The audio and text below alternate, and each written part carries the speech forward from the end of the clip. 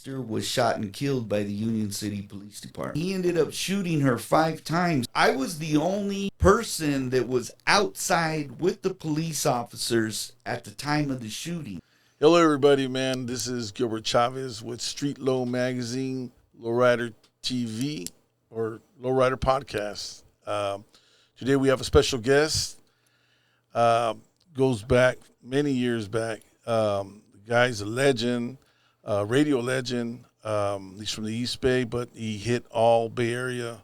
Been around for years on the radio, putting up oldies, music for you guys to ride to. Something that Paulie wrote for us, music to ride to. And this is the true person, the true legend. His name goes by JJ Amaya. JJ Amaya. And it's Cruising with JJ. The Low Riding with JJ. There you go. Sorry. Low Riding with JJ. Yeah. That's it.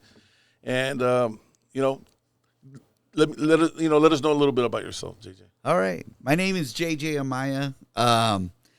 I'm from Dakota, Califas, and I've been on the air at Ohlone College in Fremont for the past 45 years. I mean, that's a long time. It's hard to even imagine that it's been that long. But 45 years playing rolitas, the music, to ride with, to, just to entertain the gente out there, the familias, the kids, the youngsters, the students, to promote higher education. It's a family show. It's everything inclusive in being Chicano. There you go. Well, my thing is this. What I want to ask you is, it's been 45 years. What was your passion that started you to even create this? Because it's been 45 years, and that's a long stretch. And like you were mentioning a little while ago, you didn't make no money off this. This was basically out of passion. It wasn't, passion in music. But what was the first thing that got you started? Was it the girls? Trying to get the rucas back in the days, or what was it? I mean, the down low, the real down low. Okay, so I started out working at Cura Incorporated. It was a drug rehabilitation program. And this was right after I graduated from high school. And how old were you at the time? 18 years old. And so I was there, and the manager of the unit where I was at, he recognized something in me, and he had the radio show at Ohlone College, but it was called Los Éxitos Mexicanos, and it was a Spanish radio station. And this is 1979.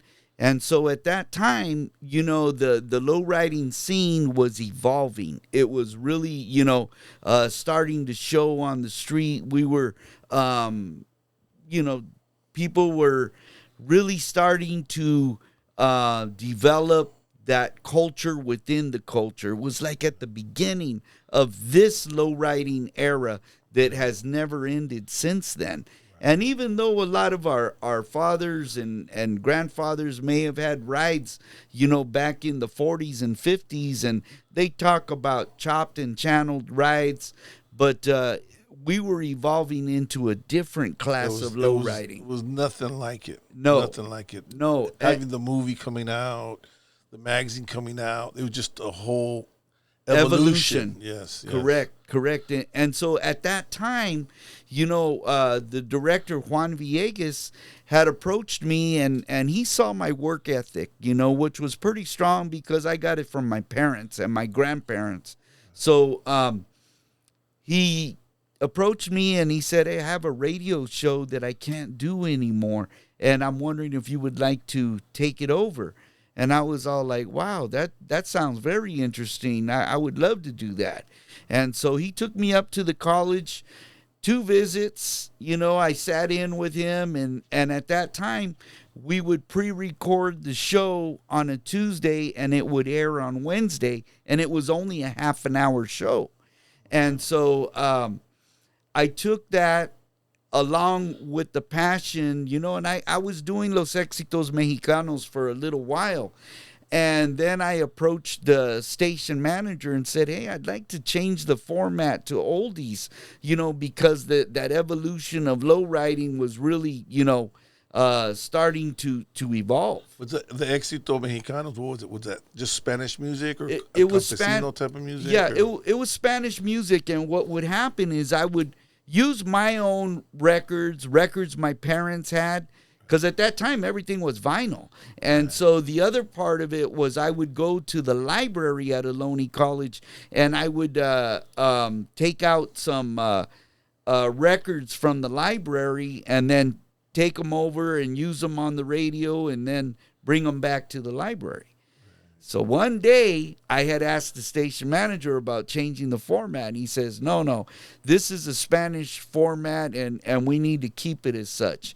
And I said, wow, there's about 6 or 7 other stations on the air in Spanish right now, but nothing doing what I had a vision of, and, which was the low riding culture, the dedications, all that music that is so meaningful to us as Chicanos.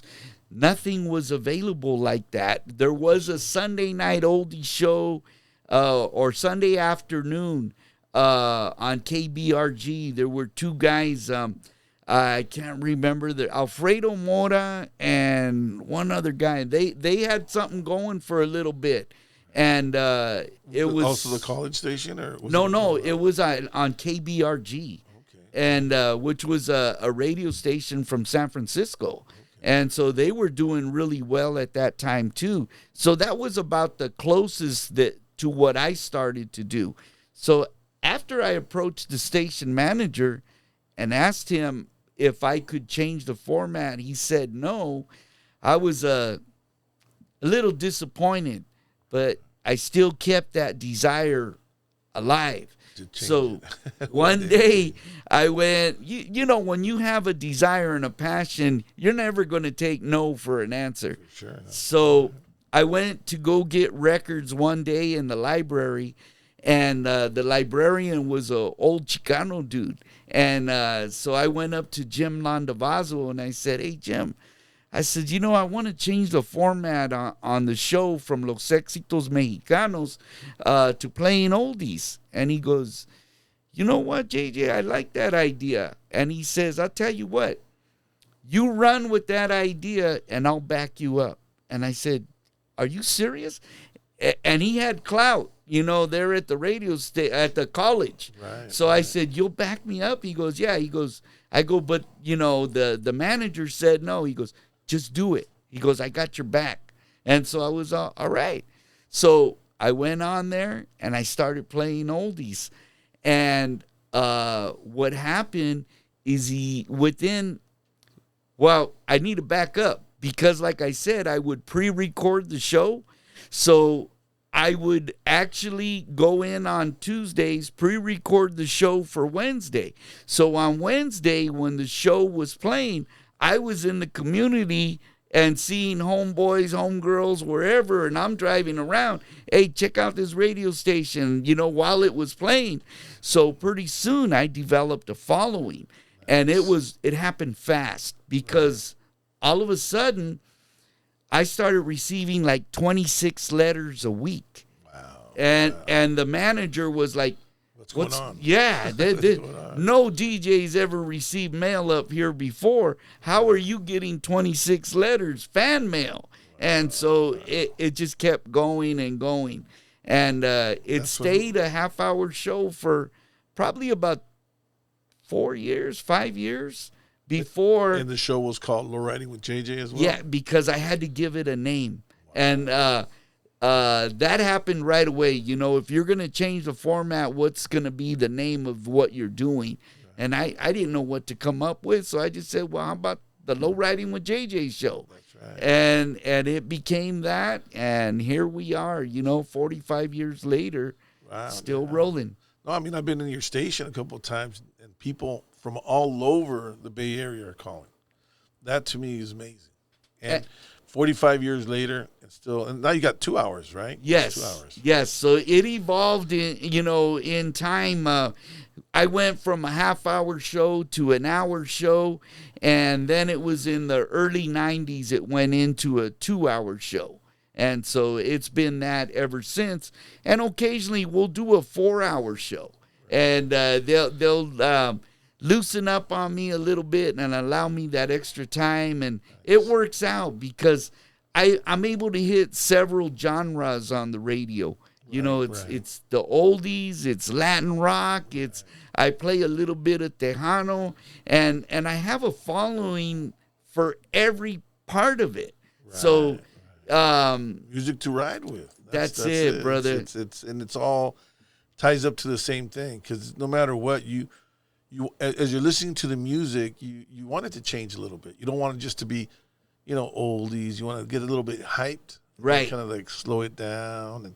No, and it's like I said, I've been to your radio station a couple of times, thanks to Paulie. Right. Paulie was the one that brought me out there, rest in peace, my boy Paulie, which, again, he was going to be part of my podcast at the time. But, yeah, he's the one that goes, oh, you got to go out there. You got to go out there. He goes, cruising with JJ. I go, no, I've seen it because we actually printed an actual art piece in one of our magazines. Right. A long time ago.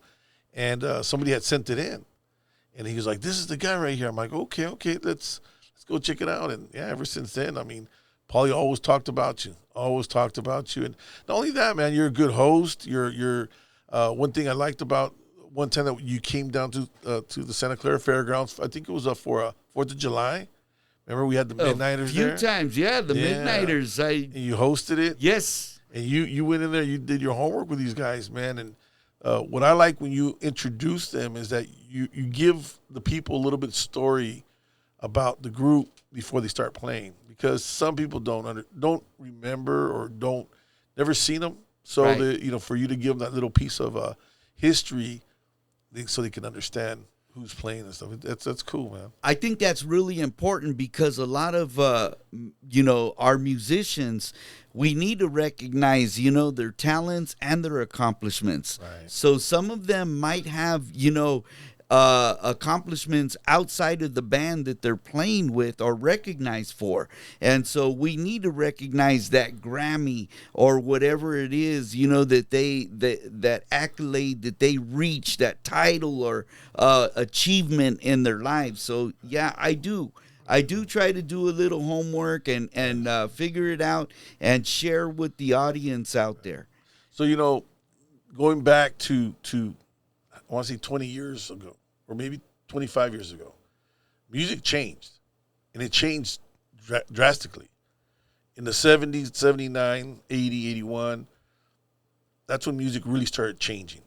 From rock, MTV was born. Yes. Hip-hop was born. It just got, the music was a little different. And it still wows me to see that you continued the oldie scene or the oldie genre of music for the people and kept the audience. And now we're in a new stage that oldies are coming back. There's new bands coming out, and what do you think about that, the new music? Well, it feels so good. It's almost like being a part of like what Motown was in its inception. When it was created, they had no idea that a lot of those songs and that those artists were going to reach the level of recognition that they have.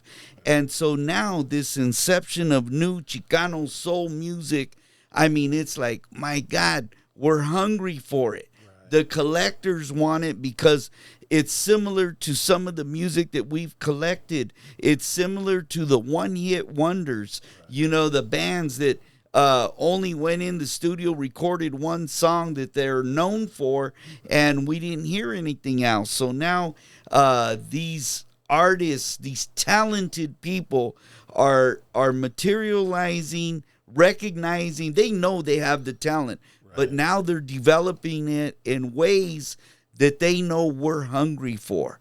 Right. And that kind of like lends itself to all of us, to the collectors, to the, anybody that's cruising, listening. And bottom line, Gilbert, for me, all through my, career on the radio, oldies are a style of music for the most part where you can make a dedication to a person who might be your boyfriend or girlfriend, and the song tells the words that you wish you could say to that person. Right. And so therefore you can make that request. I want this song, and it tells that story. The I do love yous, the sitting in the park, the traditional oldies that go back to our era, because our parents have the 50s oldies, and there's ballads in there, and there's also, that great old dance music. But, for us in the cruising oldies, we want to lay back and really, just get into listening to some good sounds. Right. Well, I mean, it's like, what's funny to me is a couple years back when Mayor Hawthorne came out with that song. Right. And for the first time, that's when I kind of heard a new oldie. Right. And I thought to myself, because, growing up around it all your life, you kind of figured this is never going to come back. It's like, I was thinking to myself, it's like classical music to the even older generation.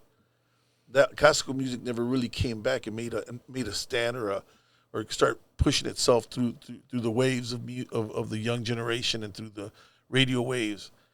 But to see this type of music, oldies, come back and with a different sound, it's same sound, but still with that little tempo beat with the lyrics, and I think Mayor Hawthorne, I think at the time, if I'm not mistaken, I think he was making that song because it was kind of like a birthday song for somebody or something like that, because he was a DJ.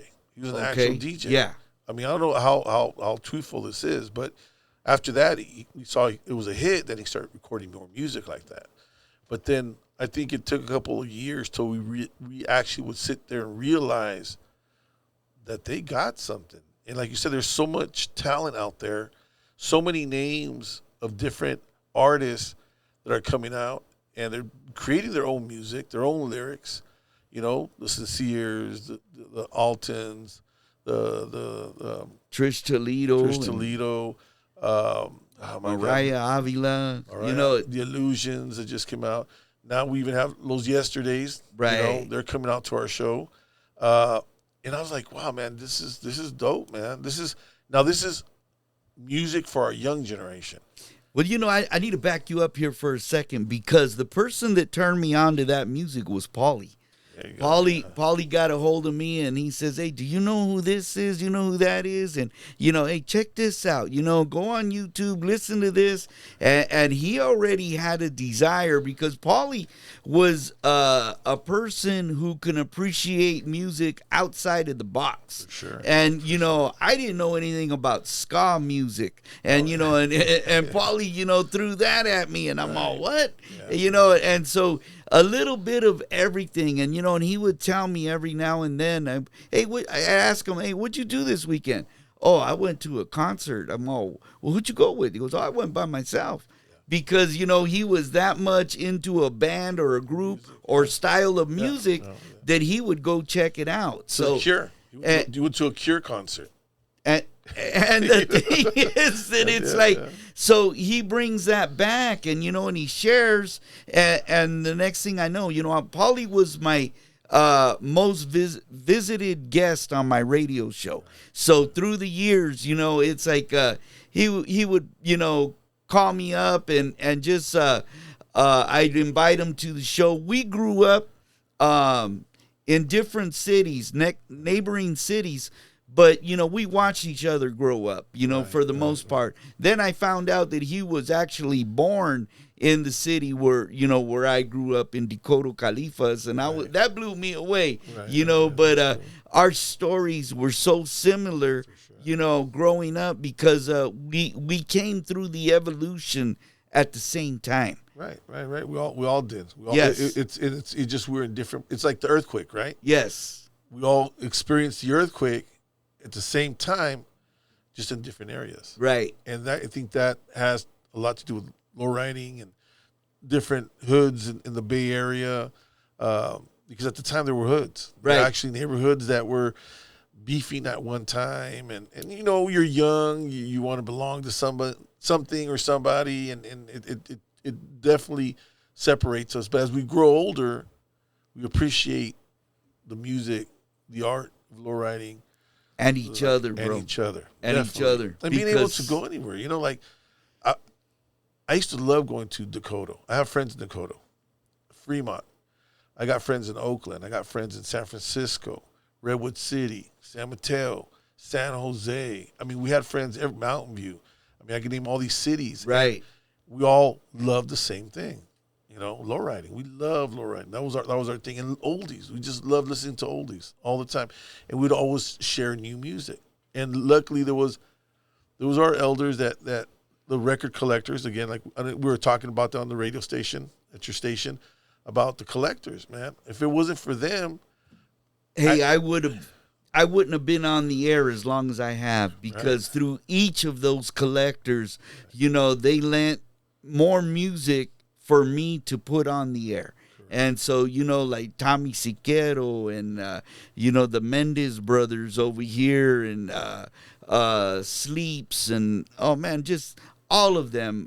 Nick Aguirre, you know, they've been to my show and shared their music. They would bring CDs or songs that, let me just share with you. So a couple of the collectors, you know, it's very important for them when they find that jewel. They don't want to just turn it loose before they can put it on a compilation and make some money on it.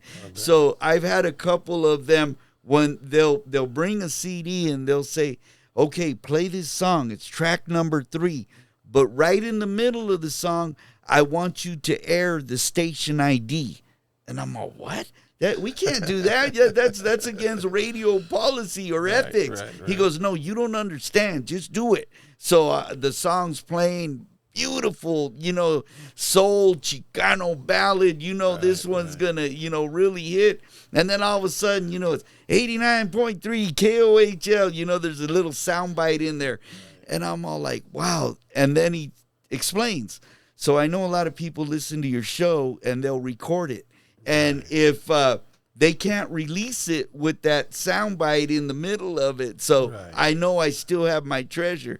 So it just worked out. But it was funny, you know, to have to go through that. You know, you know, I was in the Duke's Car Club for a couple of years when I was younger, and I remember going out to Southern California for meetings and greeting, and we'd get together. And I'm gonna tell you, I was with Santa Clara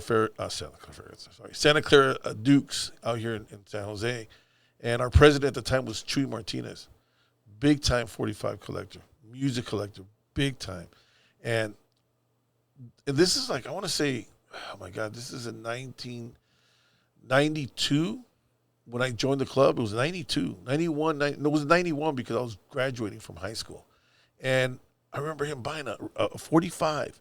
For $1,500, $1,500, man. I used to sit there and going, he's on look it, just listen to it, and I'm like, oh my God, I go $1,500. I gotta listen to this, and it was like some real hardcore soul music. Yeah, and but I used to sit there and go, oh my God, this is insane, and that was his passion was music, and right now I'm gonna tell you, Fernando, which is, he married his daughter, and Chuy passed away a couple of years ago, or it's been a while.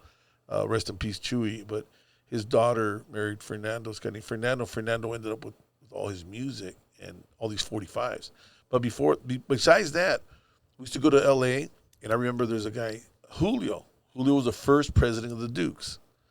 This guy would, this man would actually find music. And he would record it on a tape. We didn't have CDs yet. This is on a tape. And he would sell you the tape. He would creep up to you like, hey, I'll sell you this tape. It has this song. He'd play the music so everybody could hear it in the meeting. We're all chilling. He's playing the oldies. And everybody's like, wow. Especially Chuy, because Chuy he had the ear for oldies, man. He would hear something new. He goes, I got to have it. Yeah. So he'd sit there, and he's playing that tape. And we're like, well, can I get a copy? He goes, yeah, $100. $100. Yeah, well, that's his hustle. This man. is 91, 92. I'm like thinking, oh my God, $100 for a tape of music. But now I see where the real passion is. I mean, us as listeners, I love to listen to it. Like I said, I would love to cruise down with your old car, your old school, your bomb, your Impala, and you're blasting some of these oldies, and they're so unique and so different. And everything has a little something in that song that just you got to keep playing it, you know. And like you said, I appreciate it and thank God to the soleros and the record collectors because they keep bringing this music. But the good thing now is there's this new generation of music, and they're playing oldies, they're playing the sound of it is just insane, and they're keeping our young generation interested. That's it, right like there. Brentwood is another legendary man. That guy's legendary. His music is legendary. I was able to ask him a couple questions which I'm going to end up interviewing him. I'm going to go out there and interview him. That's really what I want to do. But this man, I mean, I had asked him. I go, how do you write your music? Like, do you go through these heartaches, man? Because a lot of it's some heartache music, and some are like, get you on the rebound, like kind of like some get back music, And he said, yeah, he experienced everything. That's why he wrote it. And what kept him alive was us Chicanos. That's right. That's right. You Chicanos kept me alive. If it wasn't for you guys, I don't know where my music would have been. I want to share a story about Brenton Wood. I don't know how he found out about me, but one day I'm at home and I'm walking from my living room into my kitchen and the phone rings. And I get the phone off the wall. Hello? Hi, this is Brenton Wood. May I speak with JJ? I'm all like, Brenton Wood, what the? That blew me away, man. And so he had invited me down to the Avalon Club. He was performing over here in Santa Clara. So I went down. Paulie was there too. And Paulie had already known Brenton Wood. And he introduced me, officially to him. Right. And, man, Brenton Wood asked me to bring him on stage that night, which was a total honor, and it was funny because I took two lady friends with me. And Teresa Soto, she's a singer and a musician. And so I told Brenton, I go, hey, she sings. And, oh, really? And so she started singing one of his songs, and we're backstage. And so they started harmonizing on a song, and it was awesome. Right. And so that day, Brenda Holloway happened to be performing with Brenton. Wow. And so my other friend, at the end of the show, Papa J, who was Brenton Wood's manager, he had found me. We were leaving, and he goes, hey, Brenton wants to talk to you. So he went back into, the dressing room there, and I took my friend Karina Vidal with me.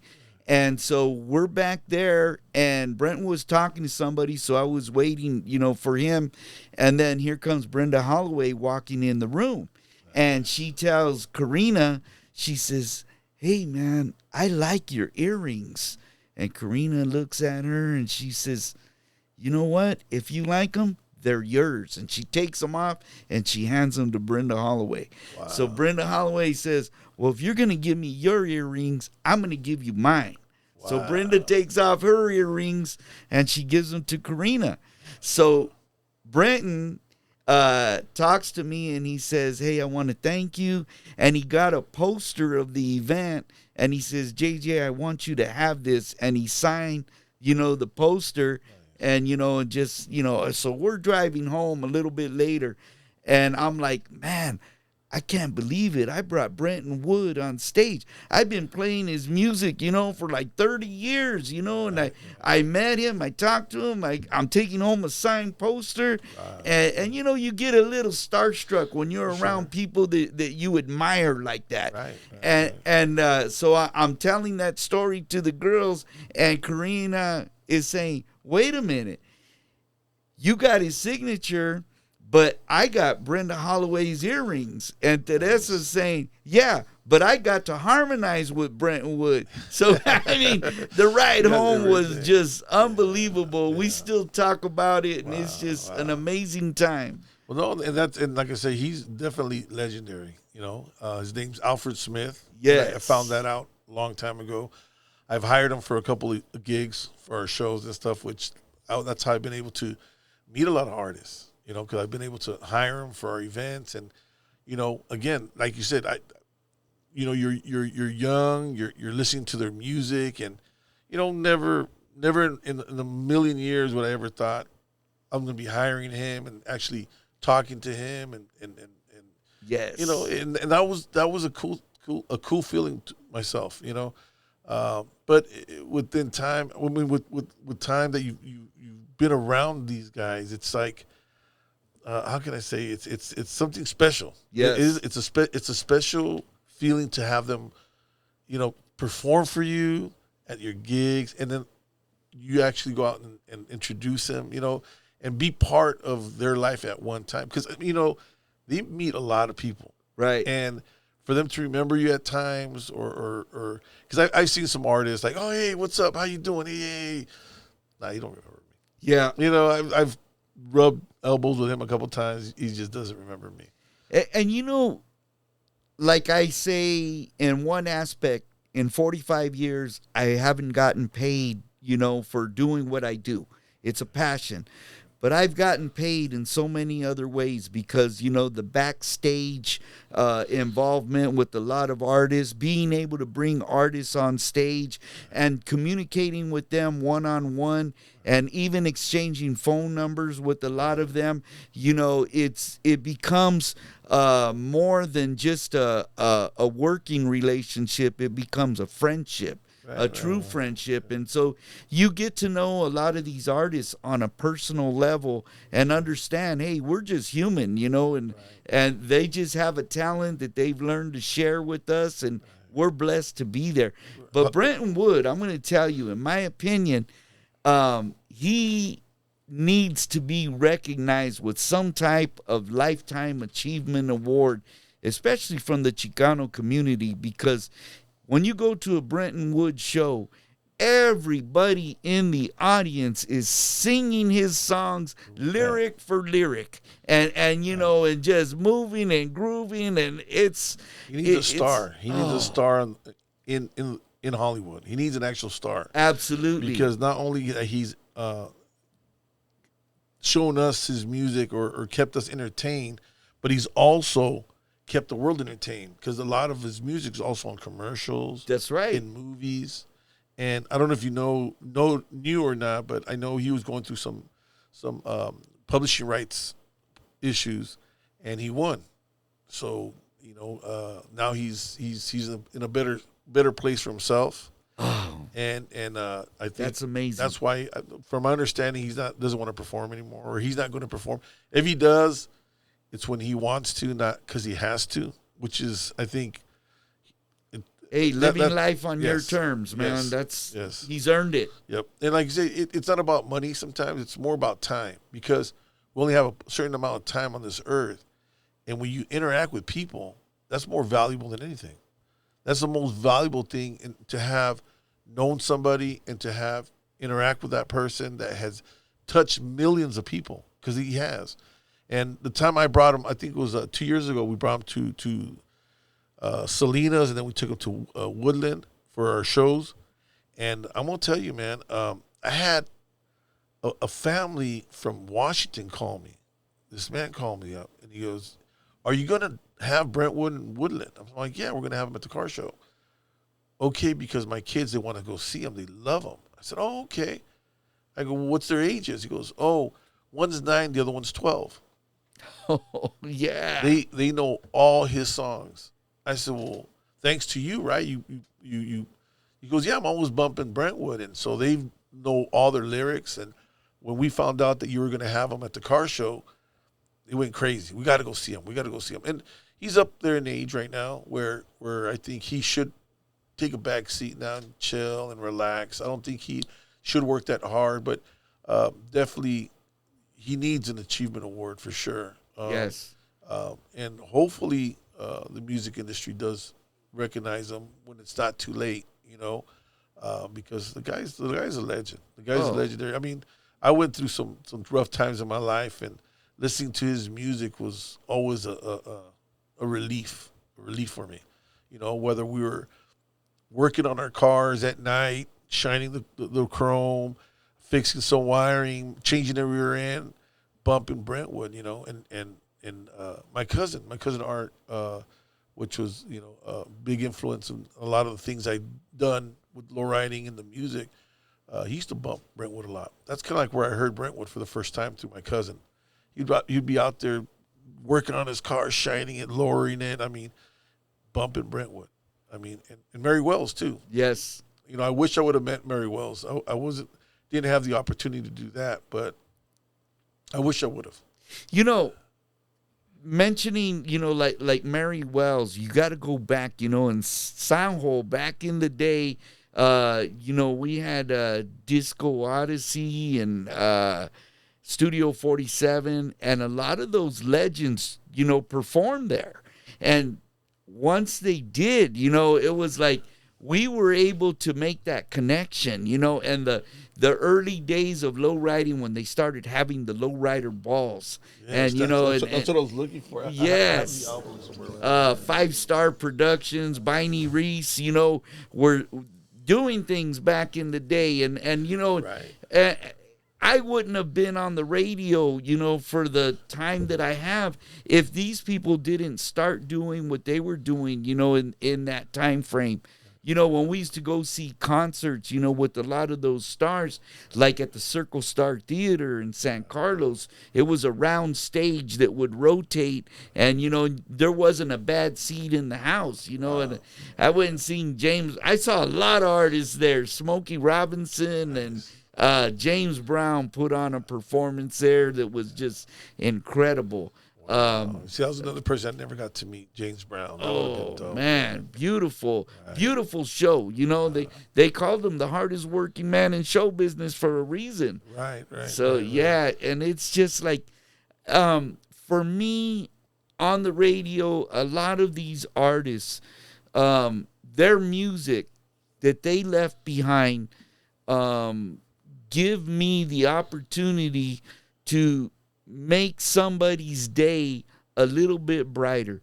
Because my show airs from 6 to 8 on Tuesday evenings, and you don't know what somebody went through that day. Right. But in those 2 hours that I'm on the air, I might play, have a show where I'm playing, a lot of upbeat music, some James Brown, Junior Walker, different, just grooving music. Right. And it all works together. It lends itself because the Latin rock jumps in there too. The Malo, El Chicano, Santana, Sapo, all of that, and you can go, that's the thing that I learned in my show is that I can go from a deep soul, song to, straight up Chicano, Latin rock, tierra, whatever it is. And, and it just vibes together. And it's amazing. With some Tejano music. Tejano music. So I start the second hour of my show always with Tejano music.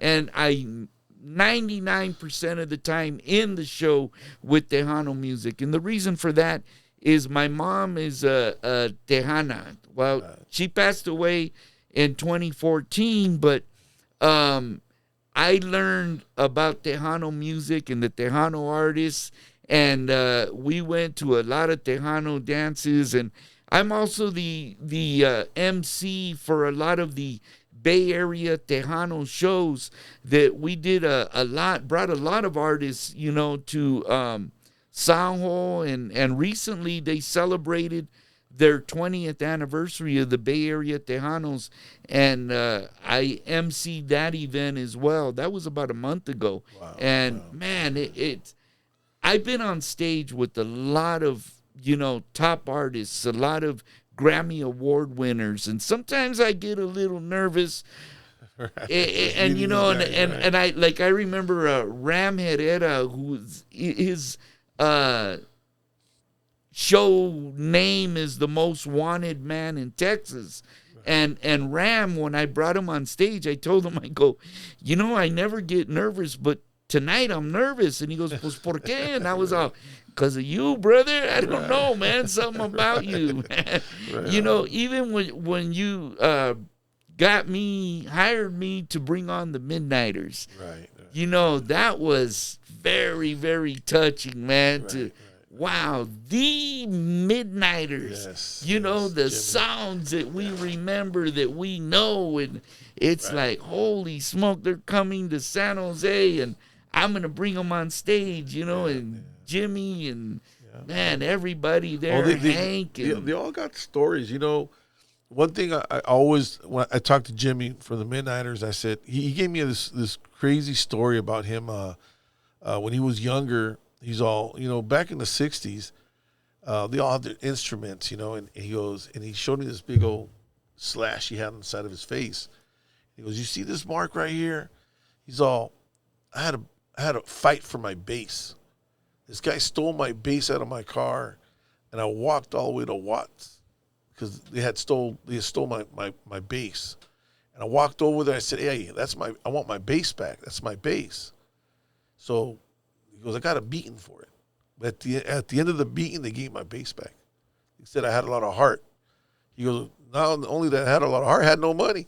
So I had to fight for my bass. He goes, you imagine you had to work. I had to work almost a whole year to save enough money to buy a bass. And back then, a bass was like $60. It wasn't a lot of money, but you weren't getting paid that kind of money. You were getting paid like $50 cents an hour or something like that. Yeah. So I said, you know what's crazy, Jamie? I said, you guys need a movie. There has to be movies of Chicano artists, man. There's nothing. We have Richie Valens, which I enjoyed. It was a beautiful movie, but there's not enough. There's more underground artists that we should recognize, and there should be an honor awards for a lot of these Chicano artists and bands that were out. And there were some things that he was telling me that, I mean, I don't want to really share because I don't know. I'd rather have him say it because he had shared some stuff. But I told him, I go, you need to make a movie about the Midnighters. You got to make a movie because you guys rubbed shoulders with a lot of big artists before they became big artists. They performed with the Beatles. Wow. So, you know, when the Beatles weren't even, there were nobody. Headliners, No, they were just barely trying to push these guys through everybody. You know, there's what's that one artist, Montez, last name Montez. He was, oh my God, he has that one song, You're Mine and We Belong to, You're Mine and We Belong. That was Richie Valens one. No, but there's one almost like that. It was Chris Montez. Yeah? Remember Chris Montez? Yes. So Jimmy was telling me he was, after Richie Valens had passed away, Chris Montez took his spot.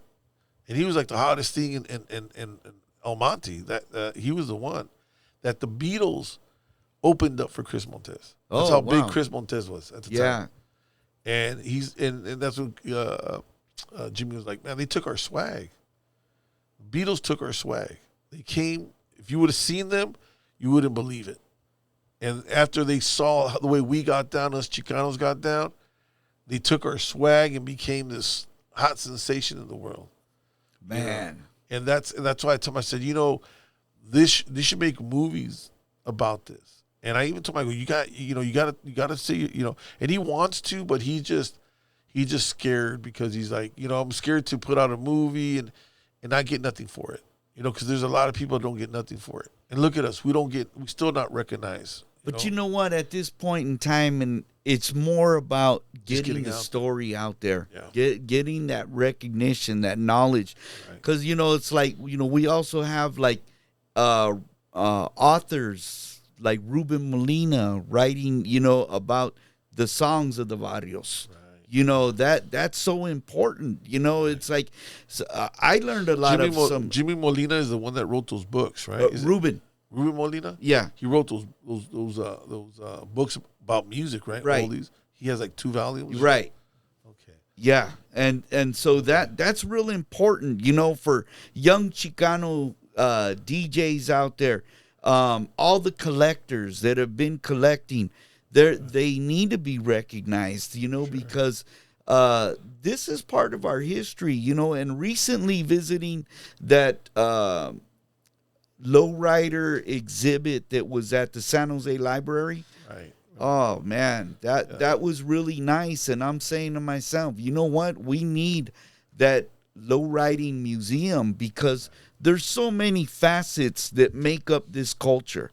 It's not just about the cars, Paulie and I had so many conversations about, we never saw or thought that people would take it as far as they have, with the cars and the engraving on all the undercarriages and different parts. We just wanted a car to cruise. Right, and then to go to the Streetlow car show, right. and it's like, oh my God, man. Every time I've been to one of your shows, right. I'm just blown away at, the depth of artistry, right. of talent, that people have, and imagination. Right. It's just a lot of unbelievable. For sure. No, and that's what, the music and the cars go hand in hand. There's when they're building these cars, they need that music behind it. Trust me. Like I said, I've been around my cousin, I've been around some of his friends, and myself. He got me into it. When I'm out there, like I said, polishing my car, I'm bumping some music, and it's just the oldies, just smooth. You might drink a chelada or two if you're into drinking. If you're not, you just get out there and it goes with the music, and that's what's fun about it. For a lot of us, that have been around this for as long as we have, I got to give props to all the old timers out there. When we were, in the beginning of the low riding scene, every time you saw a car pulled over, it was a low rider, right. And they're getting hassled by the police left and right. Thank God that for whatever reason right now, we're not seeing that. And I'm grateful for it, and because I'll tell you this right now, I am extremely proud to be Chicano, to be, American, right. to be a role model in this community, in this era, because, for the longest time, we have gone through our lives with the opinion of what other people value us as. And now it seems like they are taking note of who we are, and we don't need permission to be who we are. Right. We're American, we're taxpayers, we're right. pillars of the community, business owners, homeowners, and so, but we still wear a brim, we'll still wear our brochas, just we are who we are, right. and we don't need permission for this. And for me, I'm proud to have been that positive person in life, to create that positive outlook, for young Chicanos out there. Being on the show young at 18 years old, it made me realize, that, hey, bro, you can't be on the streets doing pendejadas and be on the radio, trying to promote a positive image. You have to be what you say you are, and if you're going to be doing pendejadas, well, then don't fake the funk on the radio. Right, you know what I'm saying? So I've been true to myself and tried to represent myself, my culture, my city, my parents, all as one. Well, you had your vision was different, and you were an influencer, believe it or not. That's who you are. You're an influencer in music. You're an influencer because when you're always positive on the radio, always. You're always trying to bring in different charities to come out. You're always inviting. You always invite us, which was cool. But nonprofit organizations, I see you always giving to them. You always, and like you said, it's not about the money. It's more about the passion. and it's the time, because time is money sometimes. Right. But in reality, if you're enjoying what you're doing, sometimes it's that's the joy that we all get out of it. I mean, I get the joy out of doing car shows. I love it. Whether I make money or I don't sometimes. There's been times I've been like, oh my God, what happened here? But you know what? I ask myself, is everybody happy? Yeah. You guys are? I'm good. That's my payoff.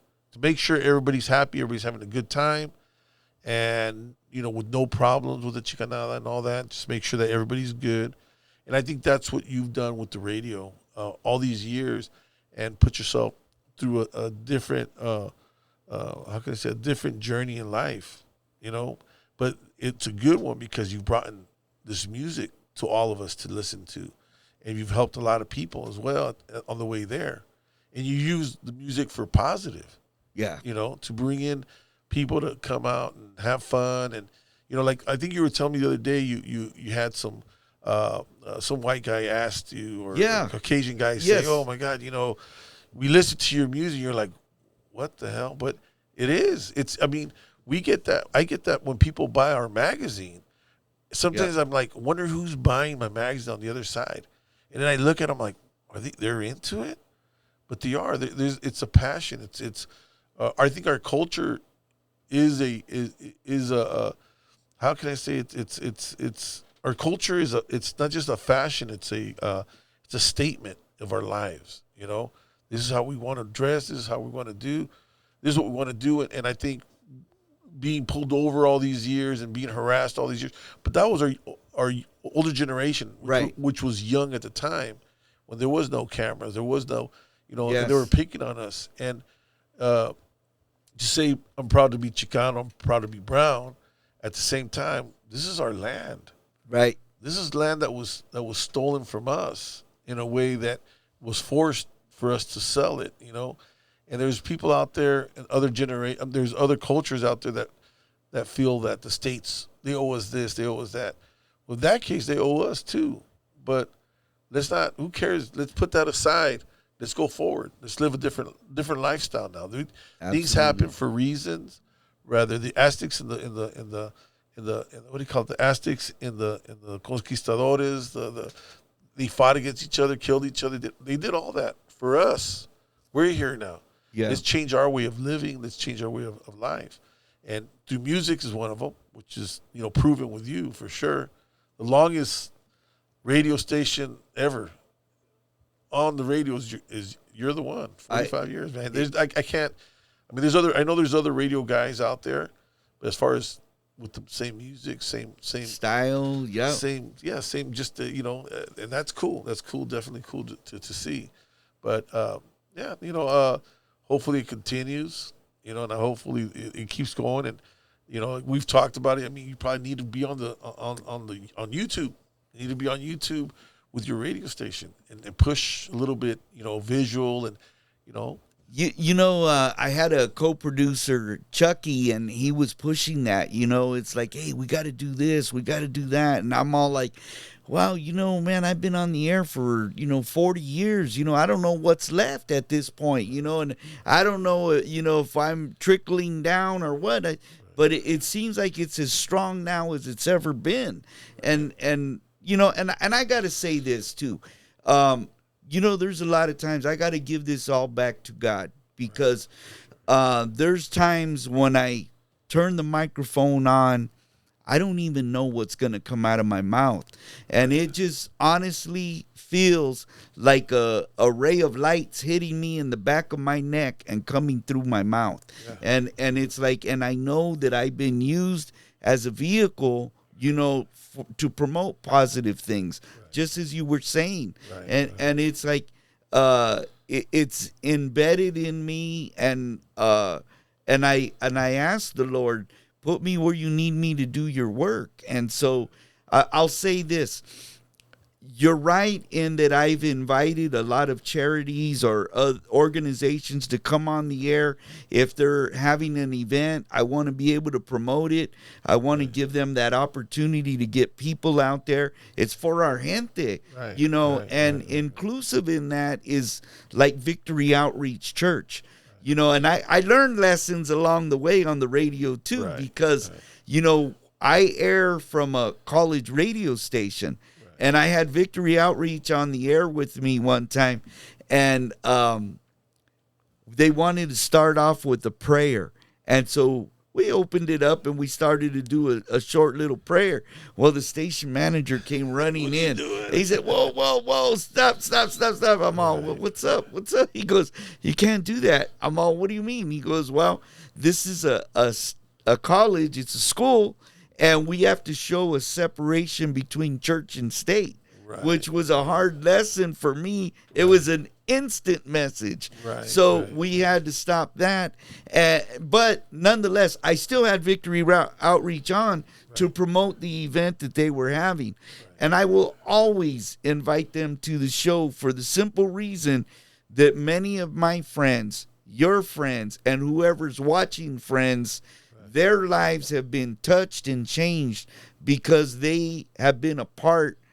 They've come into the communities and offered something that we didn't have. And, you know, a lot of these people didn't have God or haven't had a relationship with God.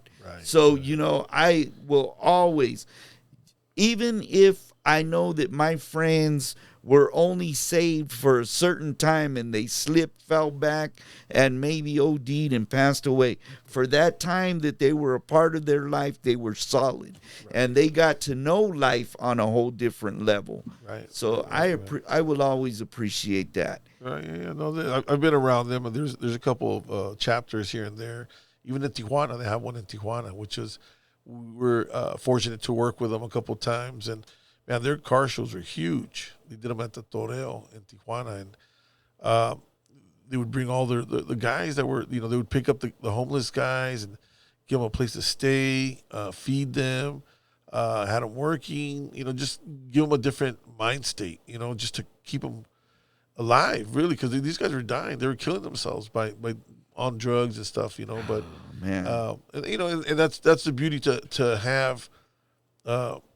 And if you trip out on Victory Outreach, it was funny because it was something funny because in Tijuana they're like, oh, son puros cholos, you know. If you look at the group, there's some cholos. I go, no, but don't judge a book by its cover, You know, these guys are cholos, but their hearts are different. You know, you have to understand that, and I think that's the reason why they're built that way, or that's the way they should be built, just so you can understand that you can't judge a book by its cover. You just can't. And thank God that they've been able to help these guys. You know, definitely help these guys. You know, and like for me, you know, when I was growing up, you know, like the word Chicano, you know, it was almost a loose term that had you know, several different connotations attached to it, you know, and like a lot of times when I was growing up, because, you know, you want to be rebellious. And I think that's one of the biggest things about our culture is we've always strived to be that accepted culture within the culture of the American lifestyle.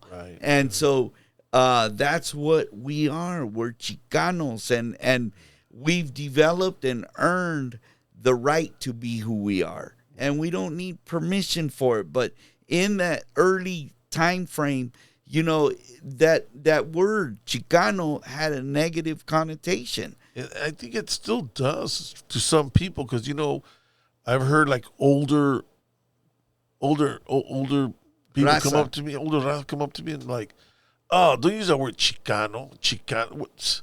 That word, they use that word to put us down. You don't even know what that word is. They gave us that word.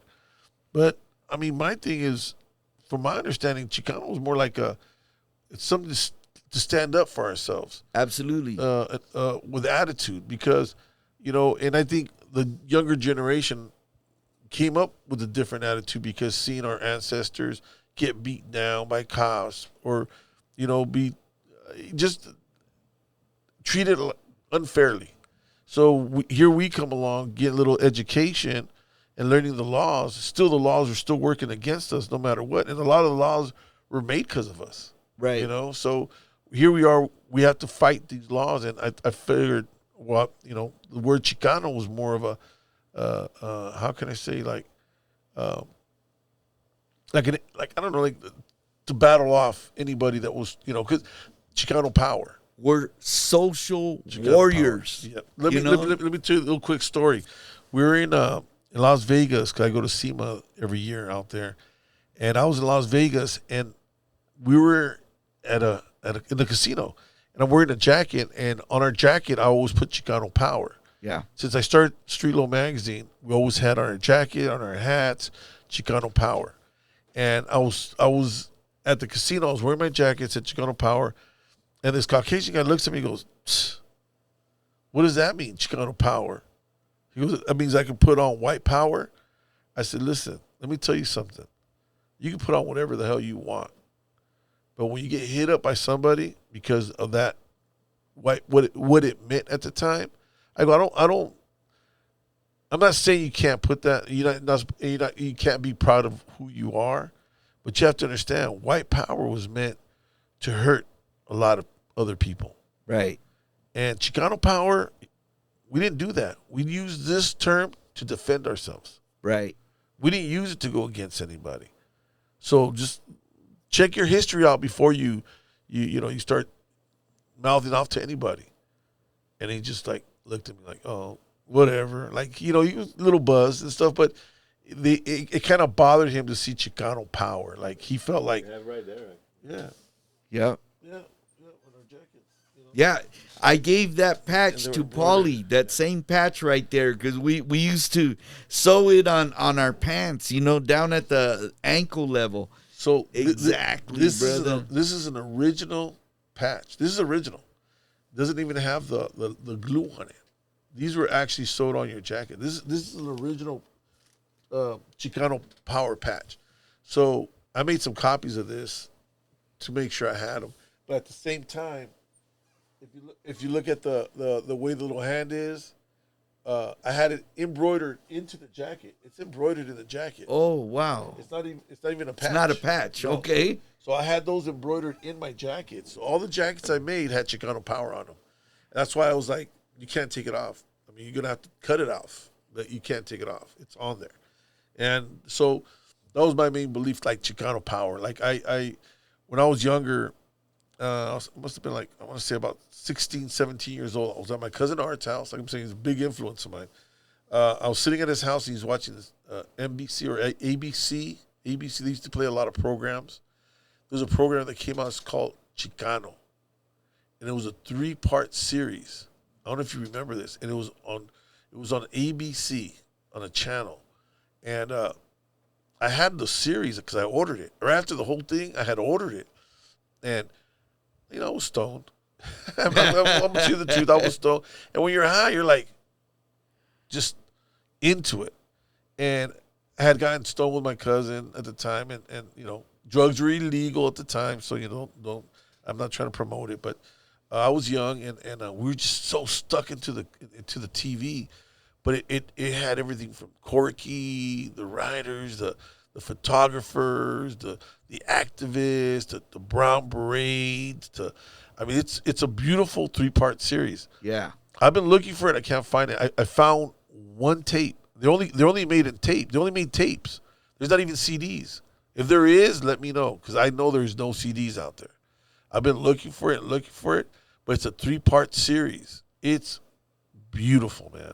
I mean, if you want to know about Chicano history and our ancestors, a lot of it is documented. Oh there. my God! And I mean, from the beatdowns to the killings to the unfairness, I mean, but you gotta have thick skin to watch it, because you're gonna. It's gonna get you angry. You. Oh yeah, it's gonna get you angry, but you learn from it. And you see the naive of the cops back in the days and how they felt that they were above the law, and I think that's why to this day a lot of our older ancestors or our older generation, they get mad at the cops because what they went through. But those cops, a lot of them don't exist because they're just a bunch of bullies. Yeah, they're the bullies of the government. Now we got better cops. They're not all the same. That's why they accept who we are as lowriders now. They don't harass us because they might have been one. That's the beauty of the new generation of police officers and government, that people that work for the government. They've had family members that were part of the whole lowriding industry. Along with that, we got to think back to like the when I first started on the radio, and I didn't know what I was going to do, as far as like changing the format to oldies. I started out playing music, but also all of us at that time, we were trying to develop into our own unique personalities. So we started speaking a lot more street talk, puro cholo, right. And it slang. Was that street slang, every day, and picking up words, along the way from our fathers and our uncles, and and just saying things a certain way, like, hey, Dad, vamos pa'l mono, and it was like, well, what's that? And a lot of people wouldn't know. You know where a lot of that slang came from? My understanding is the early Pachucos out of Chihuahua. And, the posters there. Mira nomás, Tintan. Yes, sir. One of the biggest. The original Pachucos. Influencer. Yeah, he was one of the biggest influencers when he was like, hey, que rollo, or, hey, give me give me una, how would they, I seen it in one of the plays, give me like instead of a tortilla, una lámina con cemento, tortilla with beans on it. Yeah. So he was one of the biggest. If you listen to his if you ever watch his movies, you will listen to the slang. Just listen to the slang. Yep. It's heavy. And this is the 40s. Yes. 1940s, man. So it was before our time. A lot of that came this way. Same with the whole Pachuco thing, right? Yep. The Pachuco was like, they were talking about that it came from El Paso. Yep. Because it would be Juarez, like Chihuahua, Juarez. yeah. I was Pachuco, meaning let's go to El Paso, from Juarez to El Paso. So they go almost Pachuco. So, because I see a lot of influence from El Paso, Texas, in Los Angeles, and in Northern California. Right. San Jose. There's a lot of people out here that are from El Paso, Texas. My grandparents are from out there in El Paso, Texas. They're not from there. They were from Calvillo, but they resigned in El Paso. I lived in El Paso for a couple of years, and I seen lowriding very heavy. The oldies, they were, but at the time I was there, I think I experienced more rock. For some Watch reason. out. There used to be this guy, he would call my radio station, and then he came in and visited, and he brought me some cassettes from a radio show from out there in El Paso, and it was like Cruising with Crondo, something like that. And this guy was playing some Firme Rolas from back there, and he had a get down that was really unique. It was like classic radio. Like Wolfman Jack. I mean, that was the most famous radio personality ever.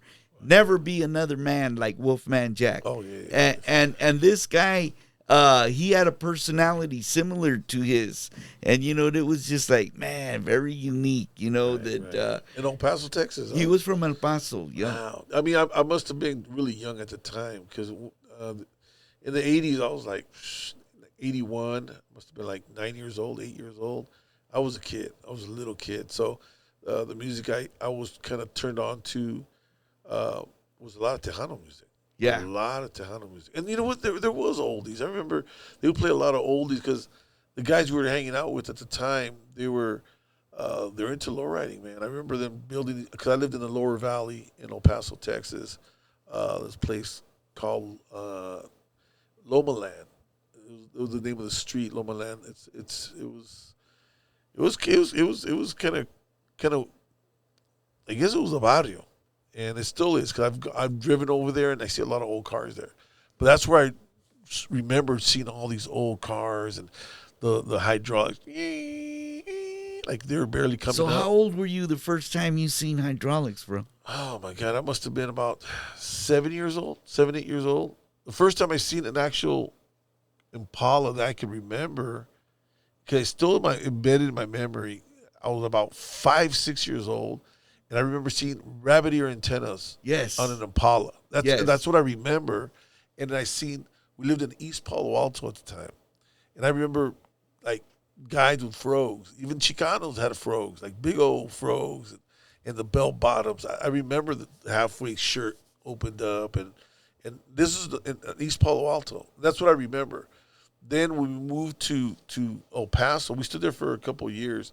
I had a cousin named Pepe Nacho, and he had an El Camino, and it had all these graphics on it. And I remember the little dingle balls, little chain steering wheel, and just the way it moved, like he'd barely pick it up. That's the very, very first time I experienced a car. It was like I was about 7 years old, and I remember him going, "You want some of these magazines?" Which were Lowrider magazines at the time. I didn't know. I was like, yeah, I want these. My mom's like, no. Deja ese papel ahí. No. ¿Para qué quieres chingaderas aquí? No. So she would let me take them. I was like, man. She goes, what are you going to do with them? No. So that's the first time I seen Lowrider magazine. And that's the first time I actually experienced an actual lowrider. It was an El Camino. And after that, I saw them everywhere. Yeah. In El Paso, El Paso's is a little it's California. It's a little California in the desert.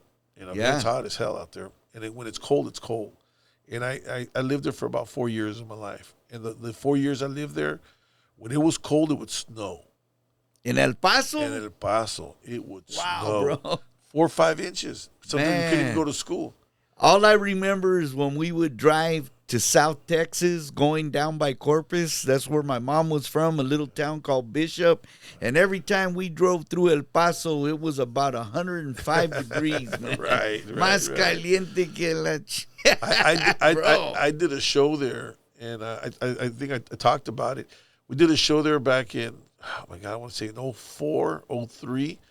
And, man, I was sad because I was putting the show together, and I'm kicking back in our hotel with the AC blasted, and on the news, avoid all outdoor activities. I'm like, wait a minute, my show's tomorrow. What do you mean avoid all outdoor activities?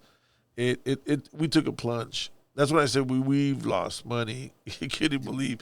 But I mean, who would come out to? And it was gonna be 108 degrees. Man, it was hot. It was a hot day. Hey, I got a flashback right now of a memory of El Paso. Okay, watch out. Check this out. For every young Chicano, you're going to remember this too, right? Because I think I was 15 years old, and we stopped in El Paso, and we went across the border, and I got my first pearl white switchblade. Vámonos, man. Oh, wow. You know what I'm saying? You feel, bien chingón, with your switchblade back in the day. And just a quick story on that. A lady friend of mine, girlfriend back in the day, her brother had got stopped by the police, and we were walking over to see what was happening. I go, no, I don't want to go over there. I got that switchblade on me. And she goes, give it to me. And I go, oh, man. So she put it in her pocket, and we walked over. What's going on? And the cop sees it right there in her pocket. Vámonos, man. And she goes in handcuffs, and I'm all like, oh, my God. So, wow. Yeah, what a story to tell, man. But can I get my blade back? Ya estuvo voló. Wow. And that's a felony, right? They say I don't know about now, but yeah, they called her mom later, and they didn't press no charges or anything. That's what's crazy to me. I don't understand why a switchblade knife is illegal, but your machete isn't. You could be walking around with a machete on the side of your thing, but you pull that switchblade, you're going to jail. And some of those assisted opening knives, they're faster than switchblades.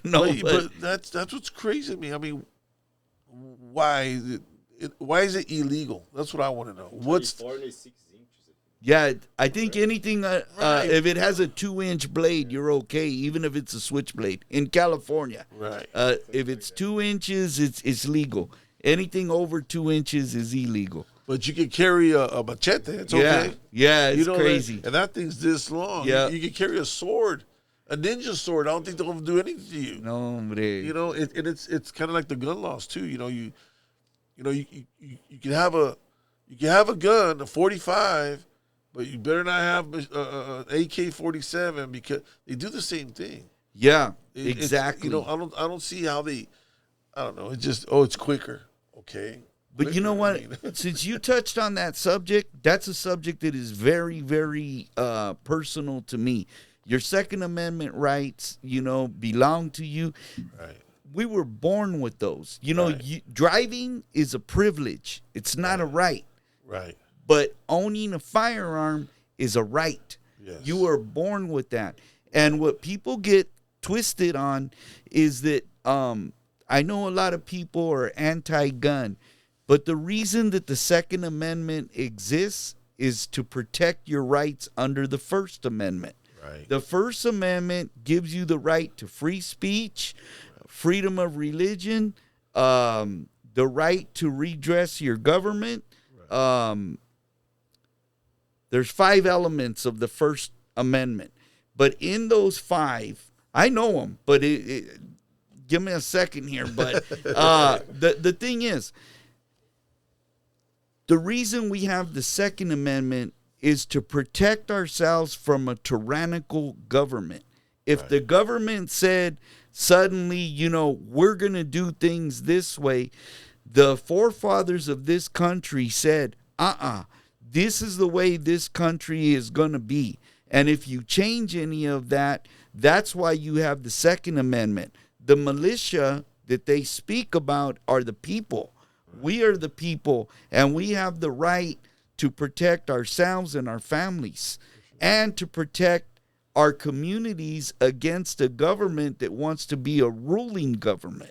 Right. So that's why the Second Amendment exists. It's not about hunting. It's not about, just the right to bear arms. You need to be able to we're losing a lot of that in California right now. We're losing it fast because there are people in office that are changing they think that right is something that you can vote upon and take it away.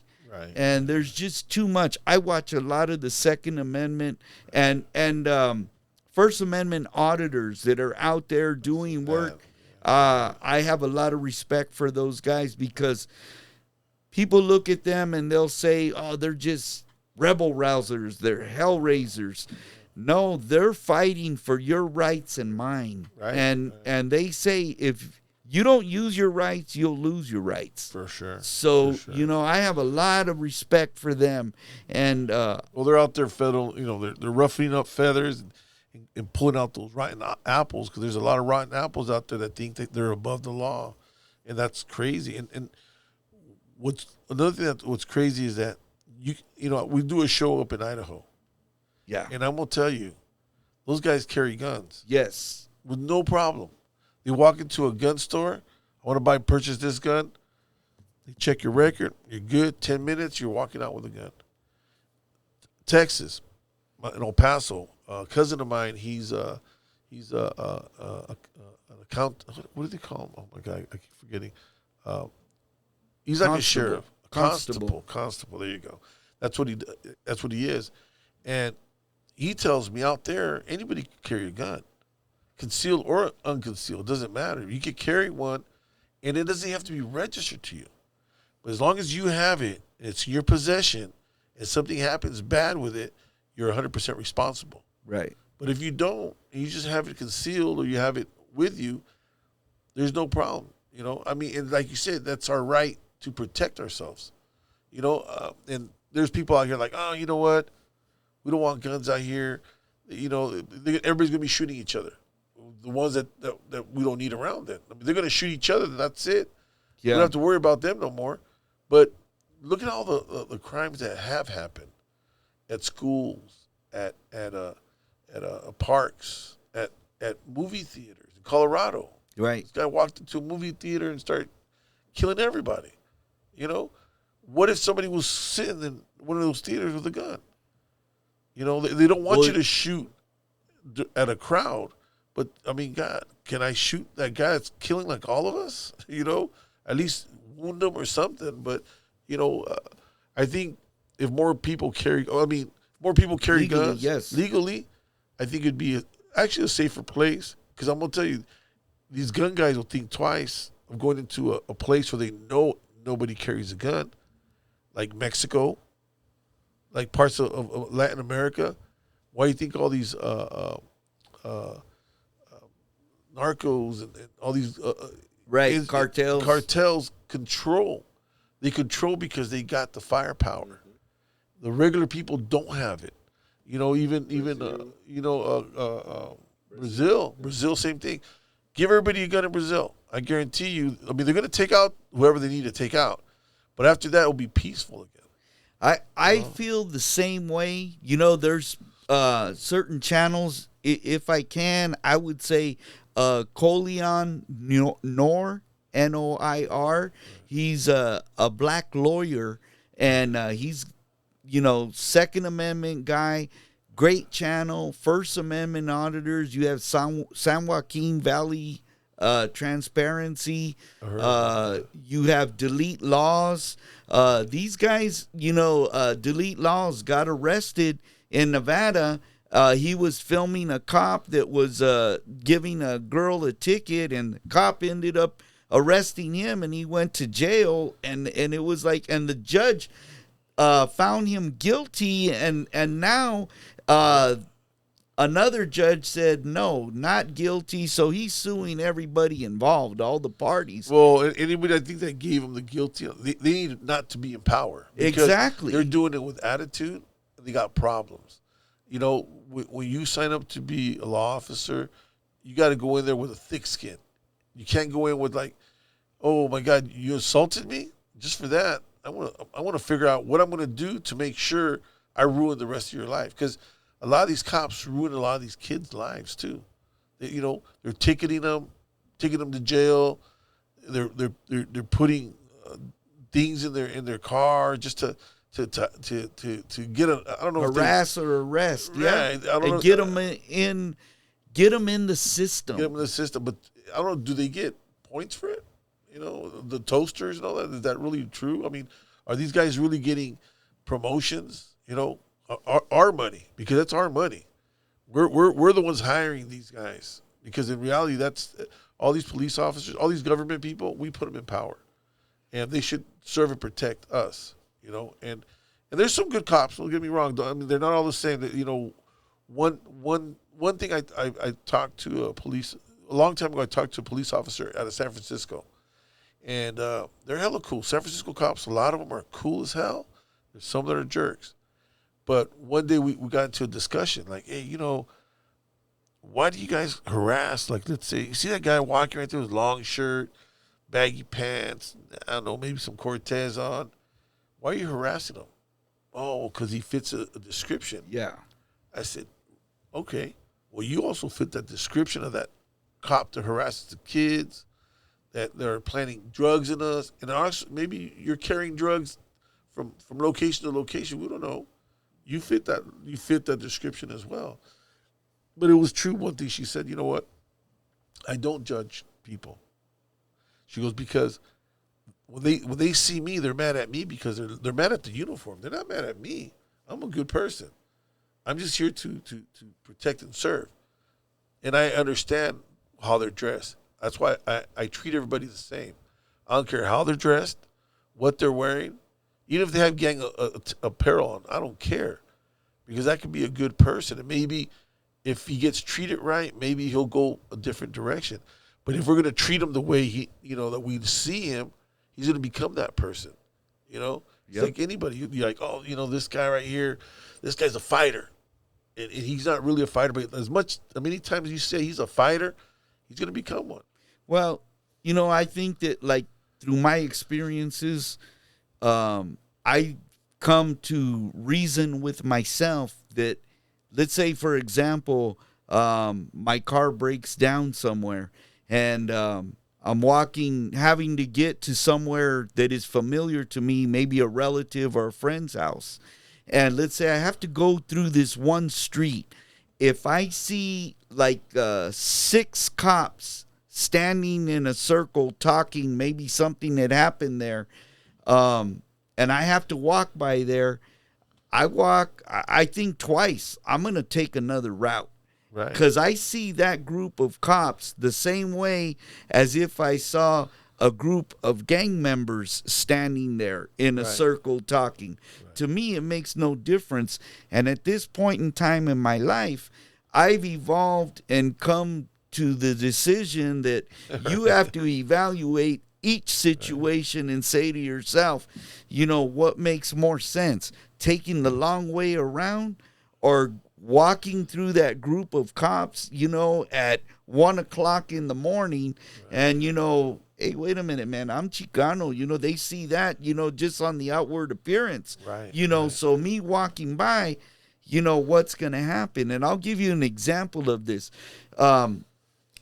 One day there in front of where I live, there's an apartment complex, and they were brought the SWAT team out from 3 cities. They were calling everybody out of the house, you know, and they had my neighbors out to the side. I was making them popcorn and, you know, and taking it to them and, you know, entertaining. And I felt like those officers, you know, had done a reasonable job, you know, in handling the situation. I went and offered them some bottles of water. So then I said, at the end of the street, they had these, I mean, you know, the military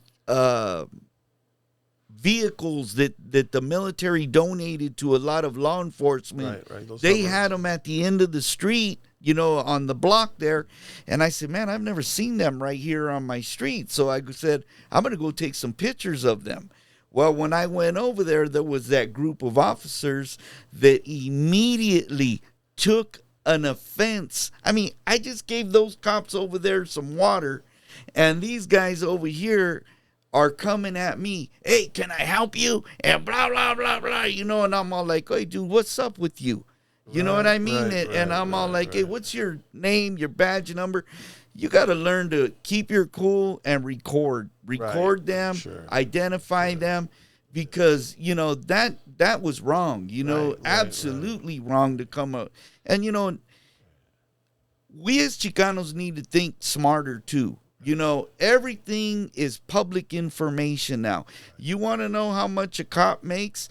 You can go to certain websites, look them up, and for every city, every public employee's file is there, you know, at least their income.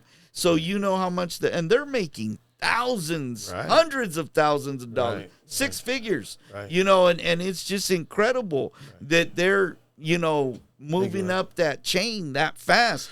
There's one thing that you touched on, which is one thing that us as Chicanos, you have to if you get harassed or you're being mistreated, report the cop. Go report them. Just go to their station, fill out the paperwork, and maybe you're not going to do nothing to them right there and then, but it creates it's putting them in the system, right? And it shows it's little by little. It builds up a report, a record of who they are and what they really are about. And I do that all the time with my kids. My kids get pulled over, they get harassed. You know, there's times I go to the police station. I'm like, hey, you know, I need to talk to such and such, because I'm going to report this police officer. He's being rude to my son. He keeps pulling him over for the same exact thing. Don't they have anything else to do? I mean, because what you're trying to do is put my son in the system for something that, you know, I got good kids. My kids go to school. They do their thing. You know, what you're trying to do is change it. Change it. Yeah. You know, I mean, that's how you create criminals, man. And then if they touch you, it's already an assault, right? If you touch them, it's an assault. But if they touch you, it's not. No, it is an assault. If any police officer, anybody touches you in any way, if they grab you, it's an assault right away. You need to make a report because that is an assault. Just the way they treat you, you should treat them. If they're good police officers, treat them with respect. I don't say, I know there's a lot of people, especially in the transparency stuff, they go out there and they harass and they just trying to get under their skin, and I get it.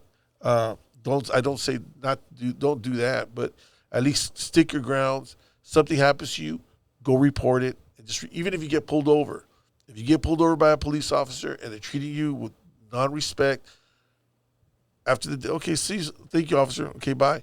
Go to the police station and report them. Make that report, because their cameras are always on. They're going to check their cameras. If they race them, it tells you. Yeah, they're not supposed to, right. But they can turn the volume off on a lot of them. Right. I want to share, I don't talk about this a lot. Right. Well, this is good to, we need to inform the people for sure. In 1998, March 7th, my sister was shot and killed by the Union City Police Department. And it was an incident which we had called the police because we thought she was going to hurt herself.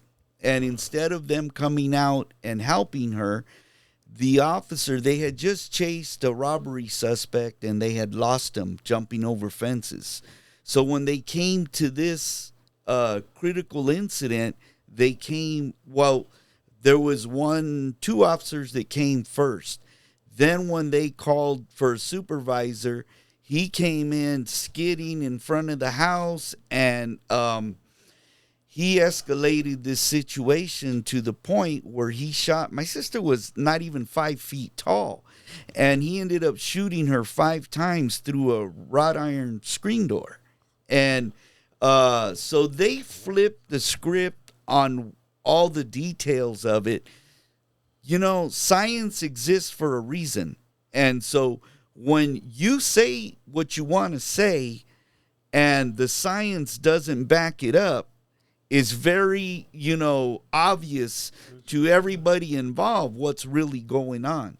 So I was the only person that was outside with the police officers at the time of the shooting. I was never interviewed by the police or the district attorney to this day. But we took it to trial and we won. We won our case because, like our lawyer said, you don't kill somebody and then lie about it. And so that's what happened over and over. Through the entire case, we went through one situation after another. And so it was even to the point that because I was in radio broadcasting, the day before the jury was going to receive a document called the FBI transcript of the 911 call, the next day the jury was scheduled to receive that. It was a pamphlet, notebook, several pages. And the description of what it was a complete transcript of what that call was. Well, first of all, there was never a 911 call. I made the call and I made it on the non-emergency line. So then what happened is in the transcript, they had in there things that my dad, who was inside the house, had said that he never said. And like, for example, on the transcript, it said, well, if you want to take your life, then take your life. And my dad never said that. I asked him, Dad, did you say? He goes, I never said that to anybody. Wow. What the hell are they talking about? So the night before, the attorney gave me the tape. I took it up to the college, and the manager at that time, we super enhanced that tape. And I wrote out a true transcript of what was on there. And my sister was saying, put away your guns. You're scaring me. Put your guns away. Well, that was never on the transcript. Wow. So the next morning, I called my attorney right away as soon as I had written the true transcript. He, in the morning, took the judge and their attorney into chambers, and the judge said the jury will never see this transcript. But this was because my experience in radio broadcasting lent itself to preventing that from happening. And if the jury had seen that transcript, we could have had a total different outcome. So the outcome was the officer was found liable for 92% for a wrongful death. They attributed my sister 8% liable for her own situation because they had found drugs in her system. And outside of that, it would have been murder by a police officer. So and that's the only thing that prevented it was that she had drugs in her system. So what happened to this officer? The officer was removed from the police department. We were told he would never work in law enforcement again. And because he was such a liability, no other police department would hire him. He didn't even go to jail? He didn't go to jail. Oh, no. And it was it was just I mean, we fought this thing for years and years. You know, it happened in 1998. We ended up resolving it. I think it was in 2010.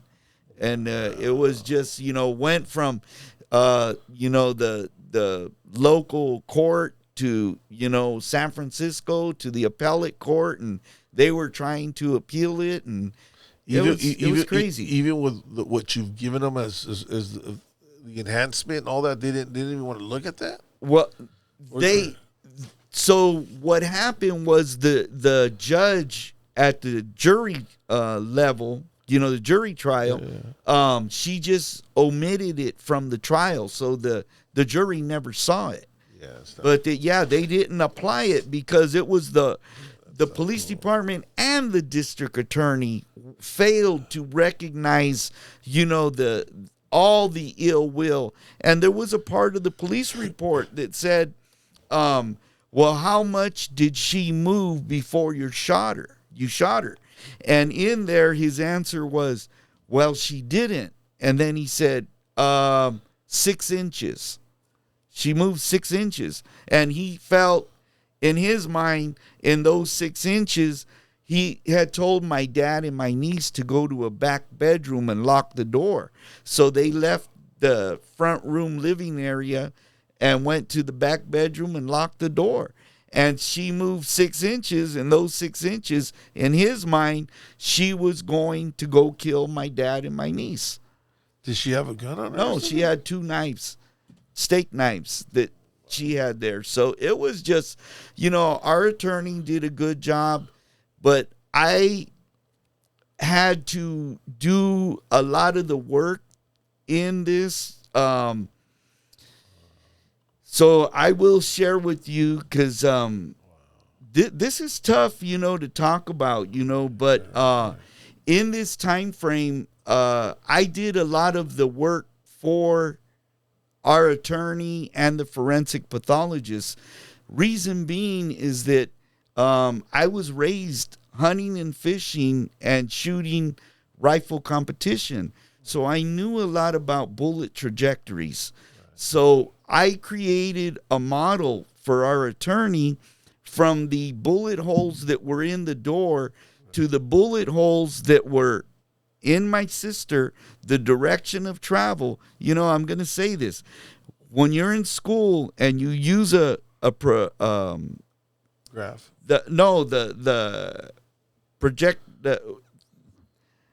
Projectors? Yeah, you know that small device to measure angles. Oh yeah. It's like the yes. So I use, because you know when you get the report from the forensic pathologist, it'll tell you the angle of the bullet and everything. So when you look at the bullet hole, you have to line up where the bullet entrance and the bullet travel is. Right. So I made models with strings to show those directions. Right. And so I was able to prove to our attorney which shot happened at what sequence. I also proved that my sister never left the front door because the police officer said she left the front door and she was going back around the sofa and going to make the left turn when he fired his first shot. And it couldn't have happened because there was a bullet hole in the wall, and there was a bullet hole in the couch. And so she ended up on the floor on the side of the couch, but she could have never gotten there the way he said. And the angle of the bullet, I proved to our forensic pathologist, in order for that angle to be at 35 degrees, he would have had to have shot from the roof, down that angle. And he goes, man, what you're saying makes a lot of sense, and so they figured it out based on those, what I actually did with the string and lining it up with the bullet holes.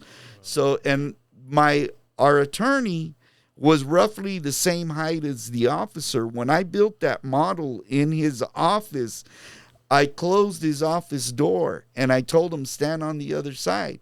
And then I said, okay, point your finger, and it was at the exact level of the string. And so he was just like, my God, this is all right there.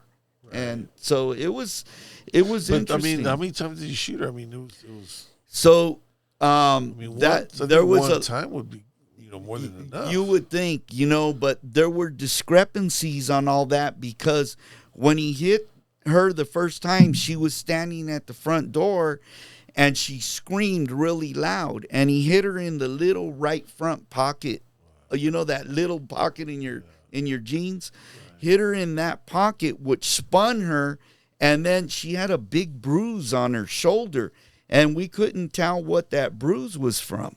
And so one day I'm sitting there at my computer, and I had this program where I could stand up a skeleton and rotate it to certain angles.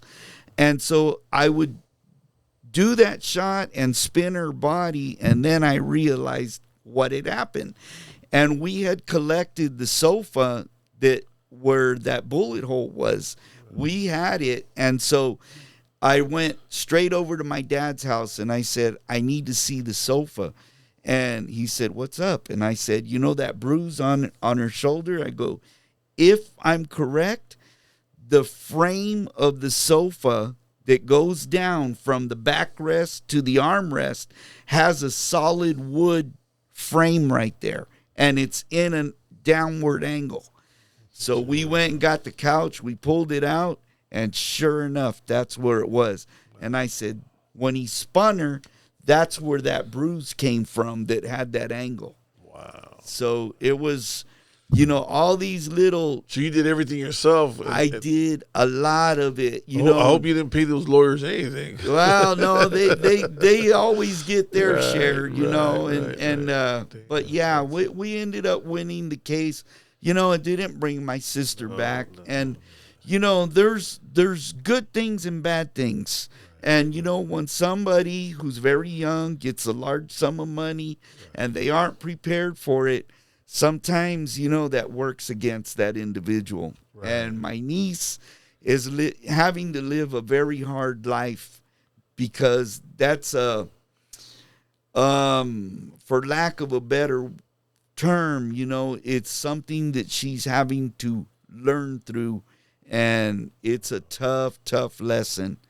Right. It's like, she has to live without her mom, but at the same time, money can't replace her. And what you do with that money, when it's all gone, it's gone. Right. So, right. Yeah, money's a tool. I've always told everybody, money's just a tool. It helps you build what you need to build, and that's it. It's not it brings happiness to some people, but in reality, there's really no happiness with it. If you use it the right way to go out there and share it and have fun with people, and that's cool. But if you're using it for something else, it's and blowing it away, and just not for sure. But that's wow, that's a real crazy story, man. I don't talk a lot about it, on the radio, I had to be careful not to use it as a platform, for, everybody. It was in the newspaper every day. And the thing was that, like, I had to go to the editor and let him know how we felt as a family and from our lawyer's perspective, because the girl, that was there, the reporter, she was Asian. And, and the Asian families have high respect for law enforcement.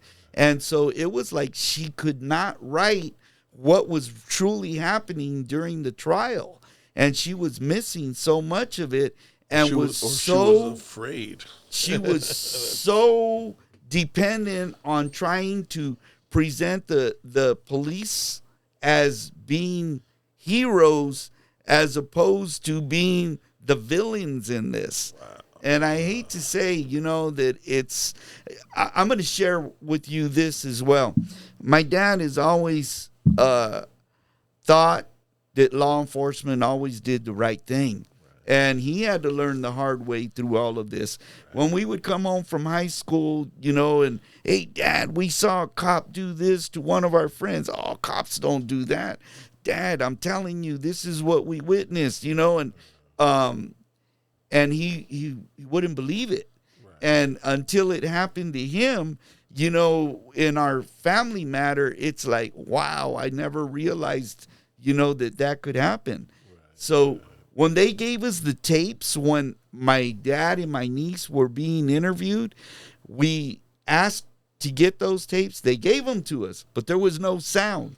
Wow. So, they do everything to, police officers. It's on their favor. Well, on their favor. They can lie, and it's legal for police officers to lie. Right. So if you watch the First Amendment auditors, and I strongly encourage people to do this. I'm not going to tell you what to believe or what to think.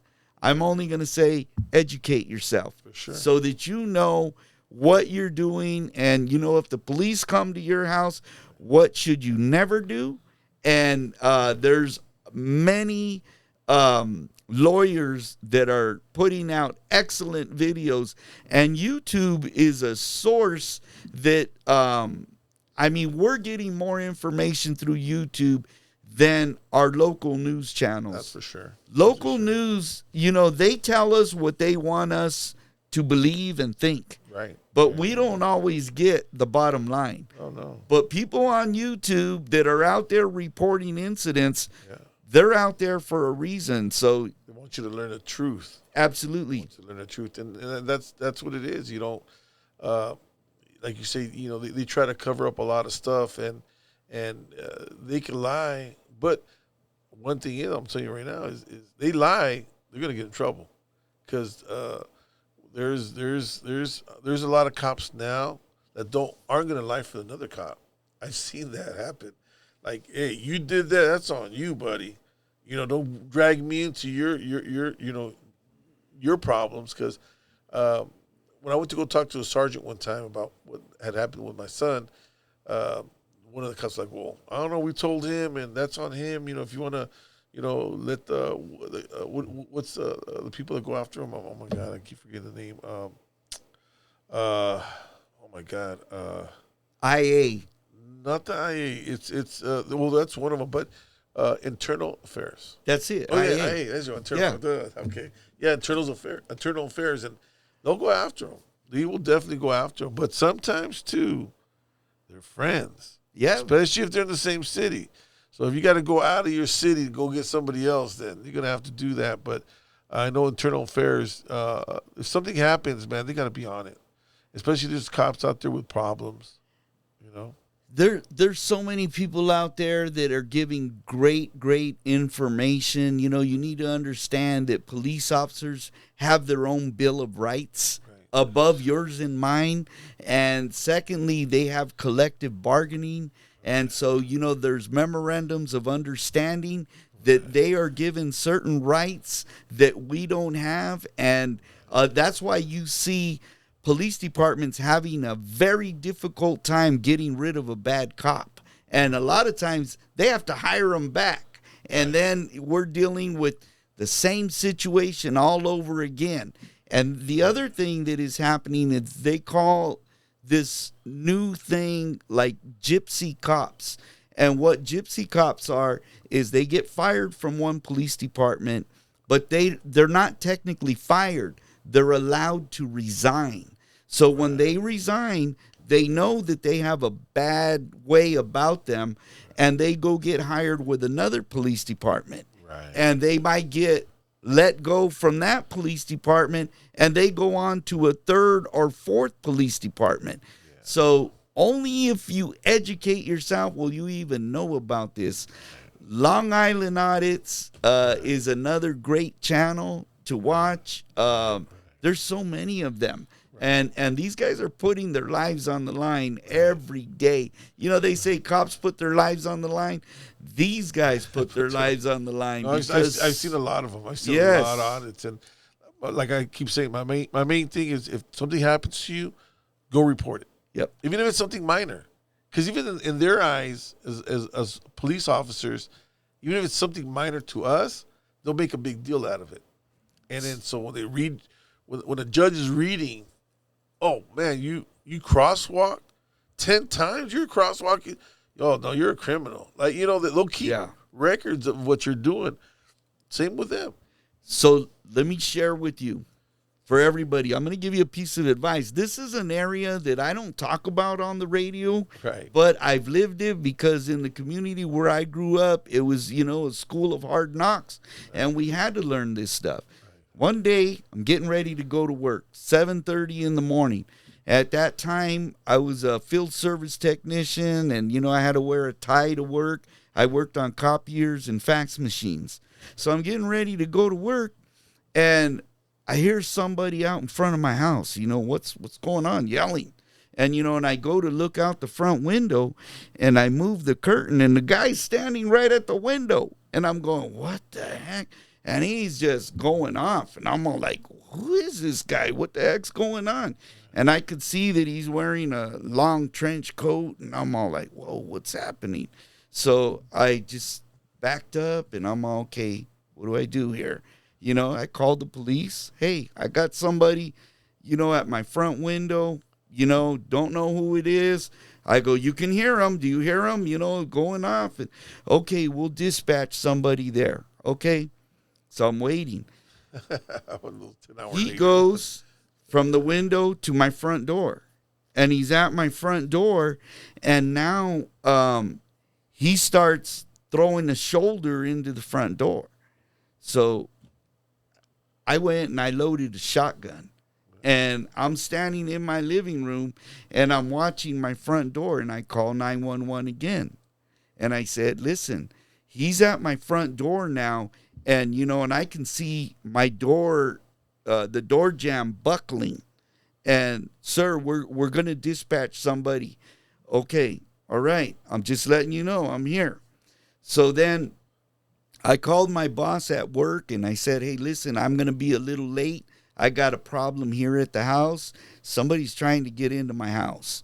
So I'm standing there, and I'm all like, man, I don't want to do this. You know what I mean? This he's about to break my door in. Wow. So I'm there, and, you know, and I'm like, I have this total calm over me because if it's me or you, it's going to be you. You know what I'm saying? And still seeing that, I call 911 again, third time. So now I tell him, hey, this guy's still trying to get in. Well, sir, we're getting somebody over there right now. I go, you don't understand. I'm standing here with a loaded shotgun. If he comes in, I'm going to shoot him. You know, and all of a sudden he got quiet. And I'm all, what's going on, man? Looked out the window. Well, they had him on my driveway. Had him down, you know, and arrested him, put him in the car. And, you know, I go to the police department and go to file a complaint. So I go over there. So what they did, and I'm sharing this with everybody, because if you go file a complaint, like Gilbert's saying, you got to sign a document there, and you need to leave with a copy of that document, because this is what a lot of police departments do. They'll tell you, okay, the way we do complaints, you need to speak to a sergeant. So, or a higher echelon person. So you speak to that person, and they'll tell you, hey, he told me, he goes, well, if you had shot him, what could anybody say? You had called 911 3 times. And I said, well, why didn't you come? And he goes, well, because we were in the middle of a shift change. So that was my error, that this happened in the middle of a shift change. Well, that wasn't the problem. So the problem was this. So I spoke with that sergeant, but I never signed a document. So then when that incident happened, when my sister was shot and killed, I brought this up to our attorney. Well, there was no record of it because I spoke to a sergeant, but there was no documentation. They didn't throw it away because they didn't write it down. So he appeased me by listening to me, but I left without ever signing a complaint. So if you leave without signing a complaint, there's no complaint. Right. So and that's my point right there. Yep. Not only that, or just go do internal affair and talk to them and get same thing. But how did I know? I thought I had filed a complaint. I went over there, I filed a complaint. I thought, okay, this is documented. It's, they're going to make corrections, fix the problem. They didn't even address the problem. Well, I mean, I've seen some of those channels where they go in there and they make a complaint and they're like, well, you got to go online. What do you mean I got to go online? I'm talking to you. I want to file it right here. Well, we don't have those papers. We don't do that here. And it's weird. I see all that, and they're just trying to get away from it. They're trying to get away from it. There's also a couple of. I mean, we got off on a tangent here about this, and I'm not here to attack the police, but I do want to educate our gente because it's really important that, all of our people, moms and dads, to your chavalos out on the weekend, when they're not in your presence. Right. And, when there's a couple of videos that are out about trying to get a complaint form. Right. We know where the news channel had somebody go to several police departments trying to get a complaint form.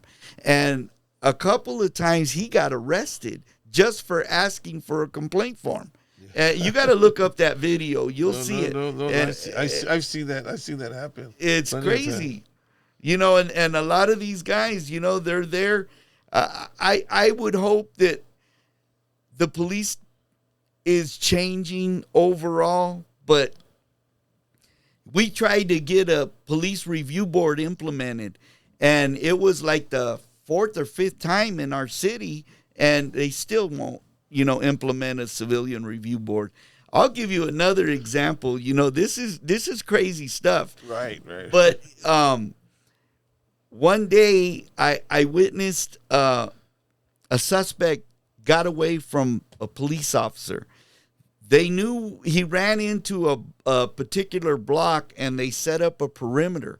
Well, the cops are standing out on this perimeter with their guns out, and they're standing on a main street with their guns out, and the school buses picked up kids from school, and they're driving by with the cops with their guns in their hands. So they didn't stop the traffic, right? And so I got the entire police department, because I went and I filed a complaint about this. I got the entire police department retrained in setting up inner and outer perimeters. Right. Another incident, I tried to get a complaint form. I couldn't. So then I called members of the Human Relations Commission in our city, and I said, would you go to the police? I stopped 3 cops, and because the police chief had told the city council the police officers carry complaint forms in their vehicle.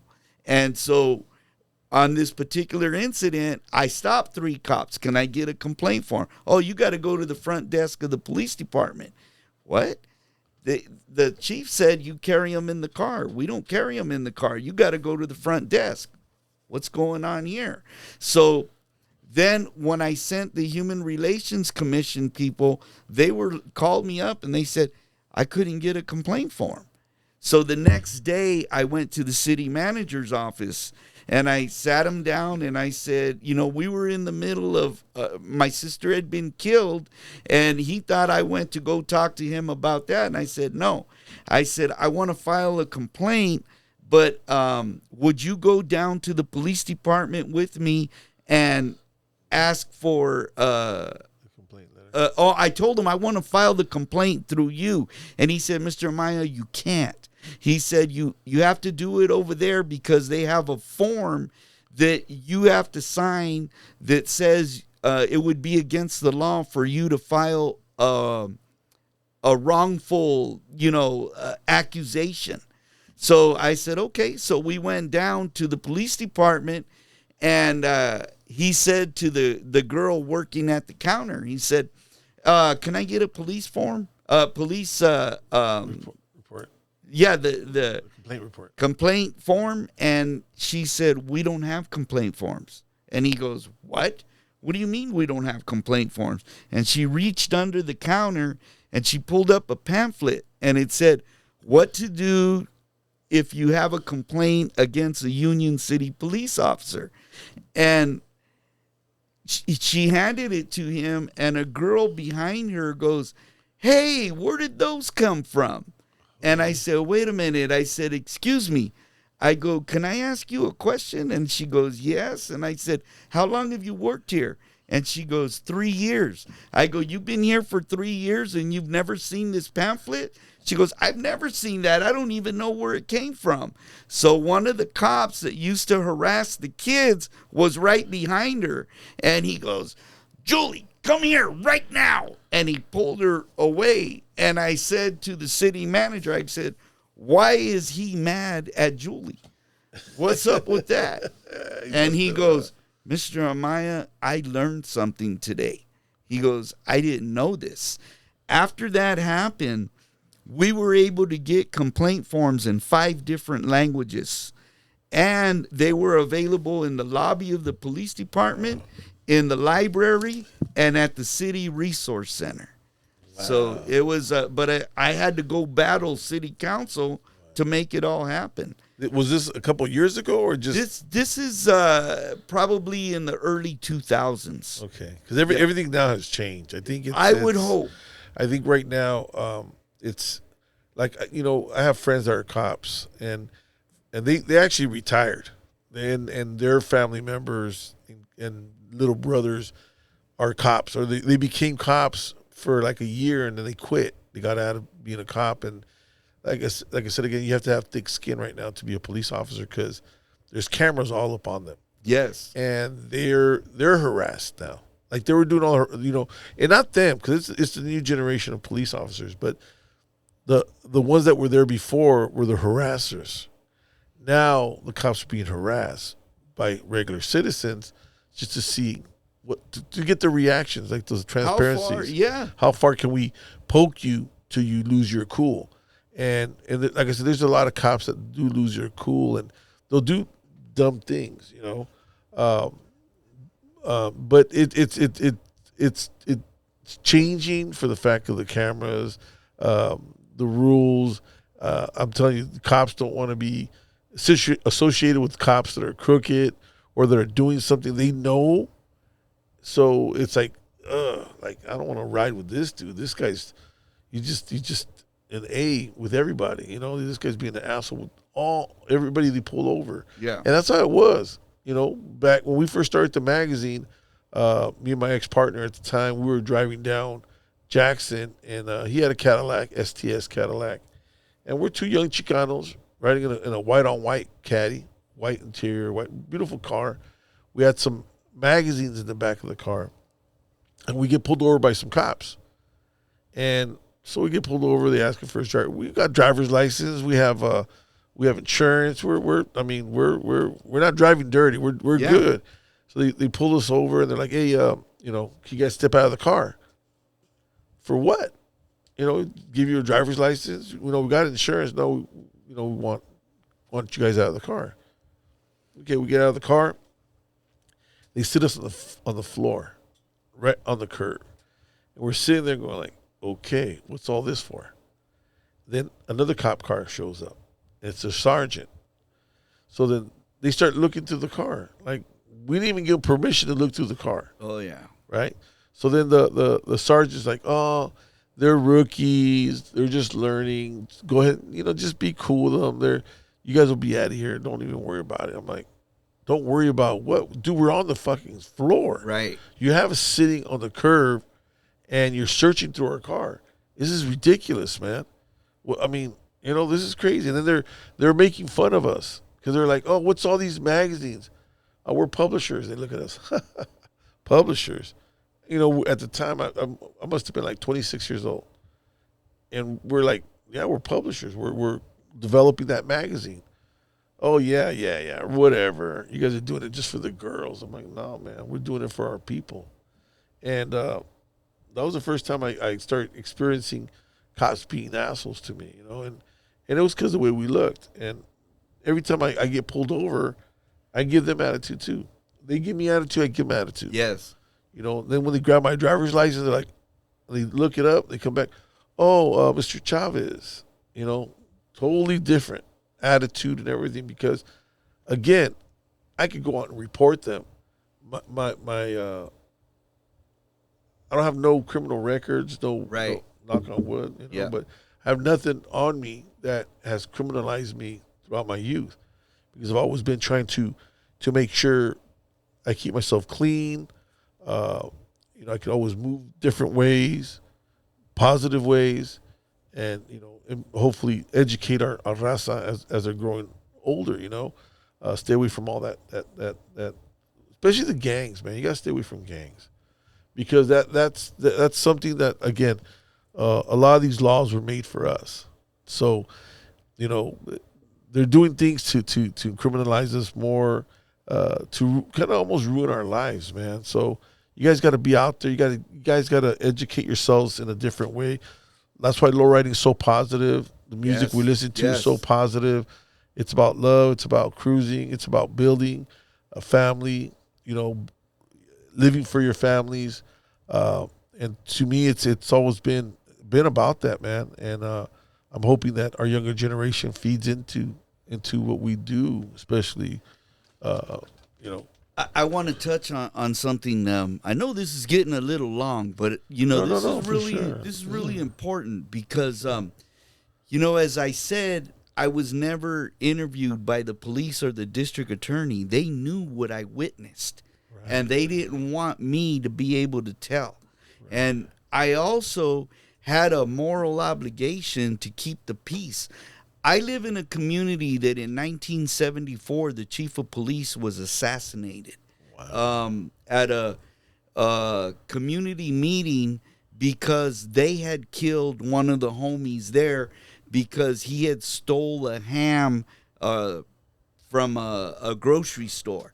And he ran from the cops on a bicycle and ended up in a mobile home park. And supposedly he pulled out a pocket knife, and the cop ended up shooting him and killing him. And as a result of that, this was back in the era of the Brown Berets, they brought a shooter into the community and shot and killed the chief of police. Wow. And so when my sister was shot and killed, I had a moral obligation not to disrupt the community. Ruffle the feathers. Right. So the first thing I did is I went to our local priest, and I went and asked for a special blessing, because I said, I got the weight of the world on my shoulders, and people can get hurt based on, what has happened here.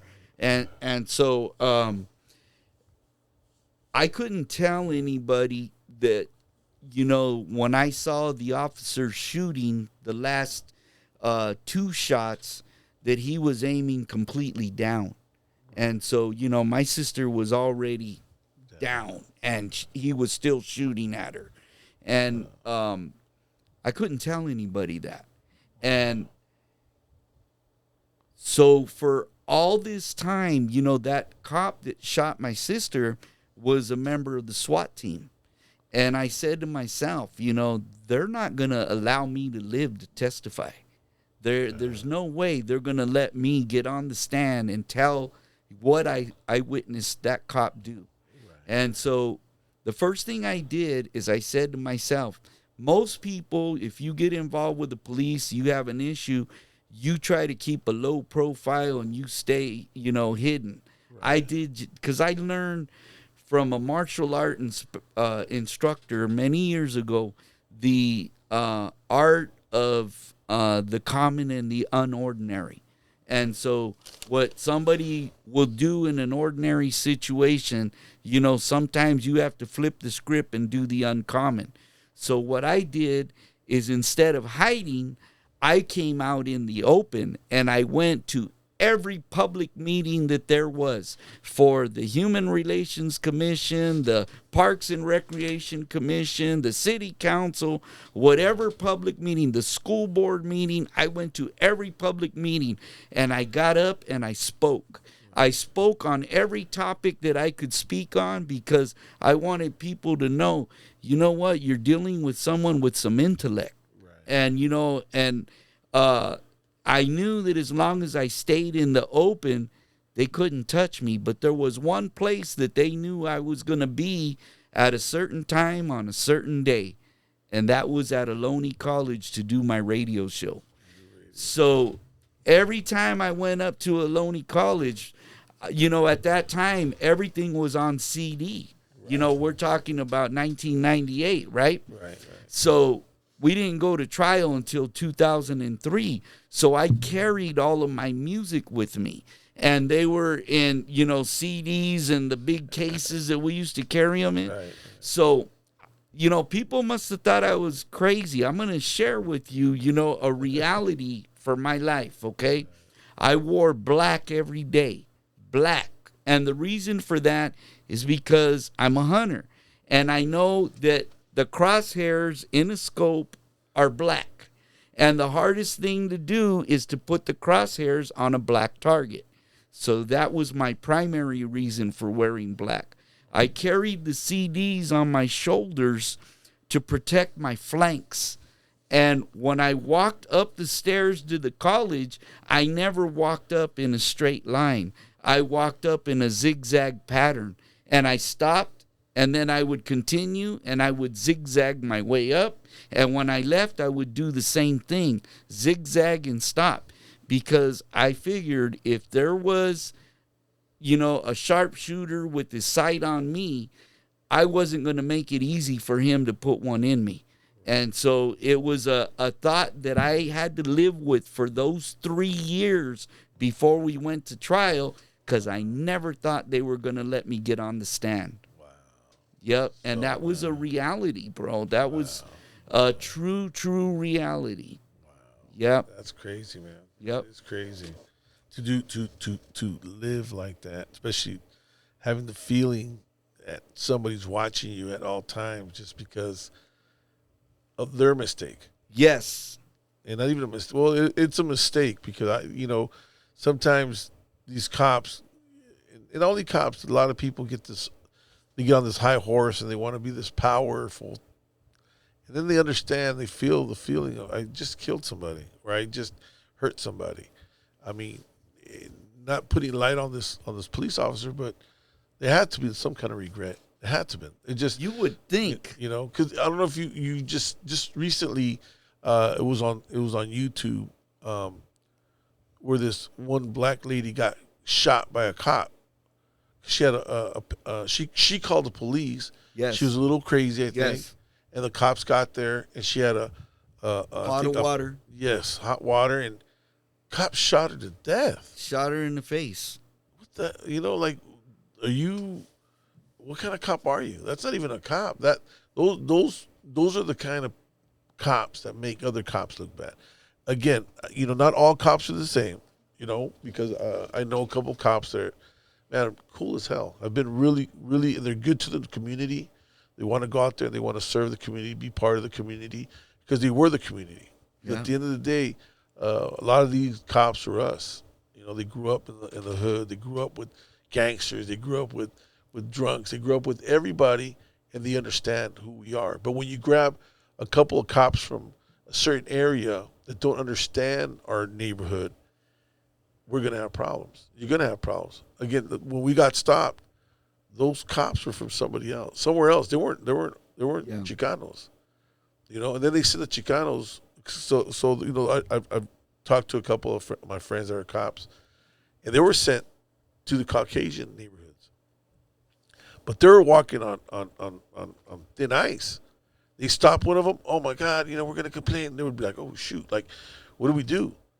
You know, they're getting all hostile on us. Like, well, yes, ma'am, no, ma'am. You know, but the cops in our neighborhood, they were from a different neighborhood. They were in our neighborhood, thinking they had the law and they're, you know, treating us like shit, getting our parents, our mothers, our fathers on the ground. Like, wait, why are you treating our people like that? You know, there was a different way of treating each other. So there was a lot of this in the 70s too, and 80s. I've talked to older cops too. They said there was a separation of Chicanos and Caucasian cops within the police force because the majority of the tickets were coming from the east side. Yeah. Where the Chicano, but in Campbell and those areas, why weren't any tickets being given? Yep. But there was a lot of complaints where the complaints should have been on the east side because they were being treated bad. And that was the same thing for us in Weeks Park in Hayward back in the, you know, when we were just starting the whole low riding, you know, tradition. Right. Sundays, everybody went to Weeks Park. And there were, back in that time frame, I was still in high school and I was on the committee to stop police harassment because we saw so much even at that time. And so there was one officer in particular that was not even assigned to that area, but he would leave the area that he was assigned to just to come and write tickets to the Chicanos and lowriders at Weeks Park. Yeah. And we found out because they kept a collection of the tickets that were being written. Wow. But, you know, this is the evolution of the culture, you know, something that we lived through. Right. And thank God, you know, that today, you know, our youngsters out there, we're not seeing them pulled over, you know, and harassed as much as you know, a lot of the people that all we wanted to do was be who we were. Right. Hang out with our friends, listen to music, and have good times and make great memories. That's it. And, you know, like we have a voice now. We have voices. Yes. You know, we have podcasts, we have radios, we have different social media now that can help create and build a different lifestyle for even our young generation. That's why even with low riding, it has a different feeling. The music has a different feeling. The way we dress is different. Even though you're wearing the baggies, you're wearing the Cortez, it's a different generation. It's a different time now that, you know, people want to dress like that to be cool, to look cool. Where before, wearing Benz and Dickies they were just cheaper. You know? And that's what we can afford to look sharp. You know? You know what? Paulie and I had this discussion all the time, you know, because we would talk about, you know, when we were in high school, you know, we were going and getting the Chuck Taylor tennis shoes, but when, you know, the white high tops, but we weren't buying the regular ones. We were buying irregulars because they were cheaper. And then, you know, we made work clothes sometimes our Sunday best, you know, and that was just out of who we were. And, you know, as long as you starched them down and you had your creases and, you know, we made, you know, whatever we could afford work for us. And the thing was, all of us in the neighborhood were poor. We just didn't know we were poor because we were just living within our means, within our parents' means. That's right. We're just living it up, having, like you said, making memories, and whatever came. I mean, the fashion wasn't really a fashion. We just wore what we wore. Now everything's fashionable. There's a different. We're living a different life where it's fashion. Where before it wasn't fashion. We wore hats to cover ourselves from the sun. You know, if we were, like you said, the Ben Davies, the Dickies, I mean, they were the cheapest pants we could get, you know, at the time. Because right now, you know, I think everything that was cheap back then is expensive now. Right. The derby jackets. Oh, yeah. $35. Now they're like $100 and something. Pendletons, you know, That was the workmen's clothes. Yes. These are all work. It was the blue collar, they call them, right? Yep. Blue collar people.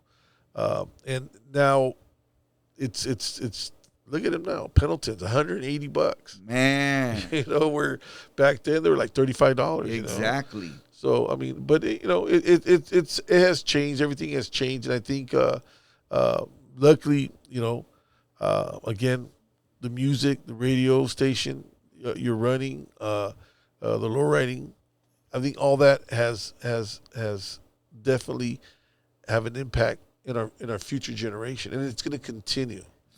I got to send props out, to the young collectors out there, the homegirls of soul.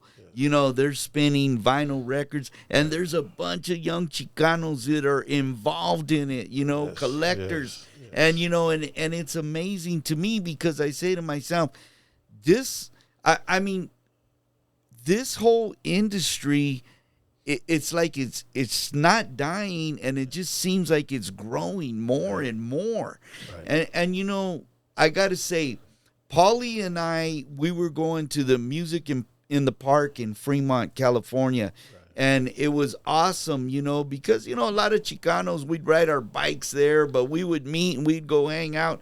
And it didn't matter what the music was. Right. It might have been rock. It might have been, Jamaican music or whatever, but it was music in the park and we wanted to go hang out. Right. And so one day, and I would hang out with Paulie and, a good crowd of us until the sprinklers came on. Everybody else had gone home and we were like the closers there. Right. And so one day I said to Paulie, hey, Paulie, why do we have to have music to get together? I go, why can't we just get together and invite, gente to come out? He goes, you know what? That's a good idea. So we started this onda that we started calling Chicano Cultura Night Out. And we started hosting these events. And first we started with just like a boom box, a big, music box, right, and just jamming oldies. And we put out a couple of flyers and people came out. And I got to say, this was just recently, right? Yes. Well, it started like right before the pandemic. Yeah. We did our first couple before then, and then it died off during the pandemic. Right. And then we got it going again this year.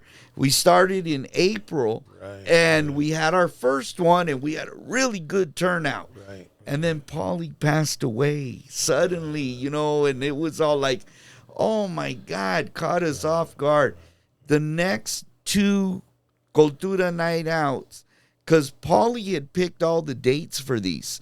And so he would put out the flyers, and his connection with people were way greater than mine. And right now I'm not on social media because of I can't be for a reason, medical reason. Oh, or probably thought, you are the father type.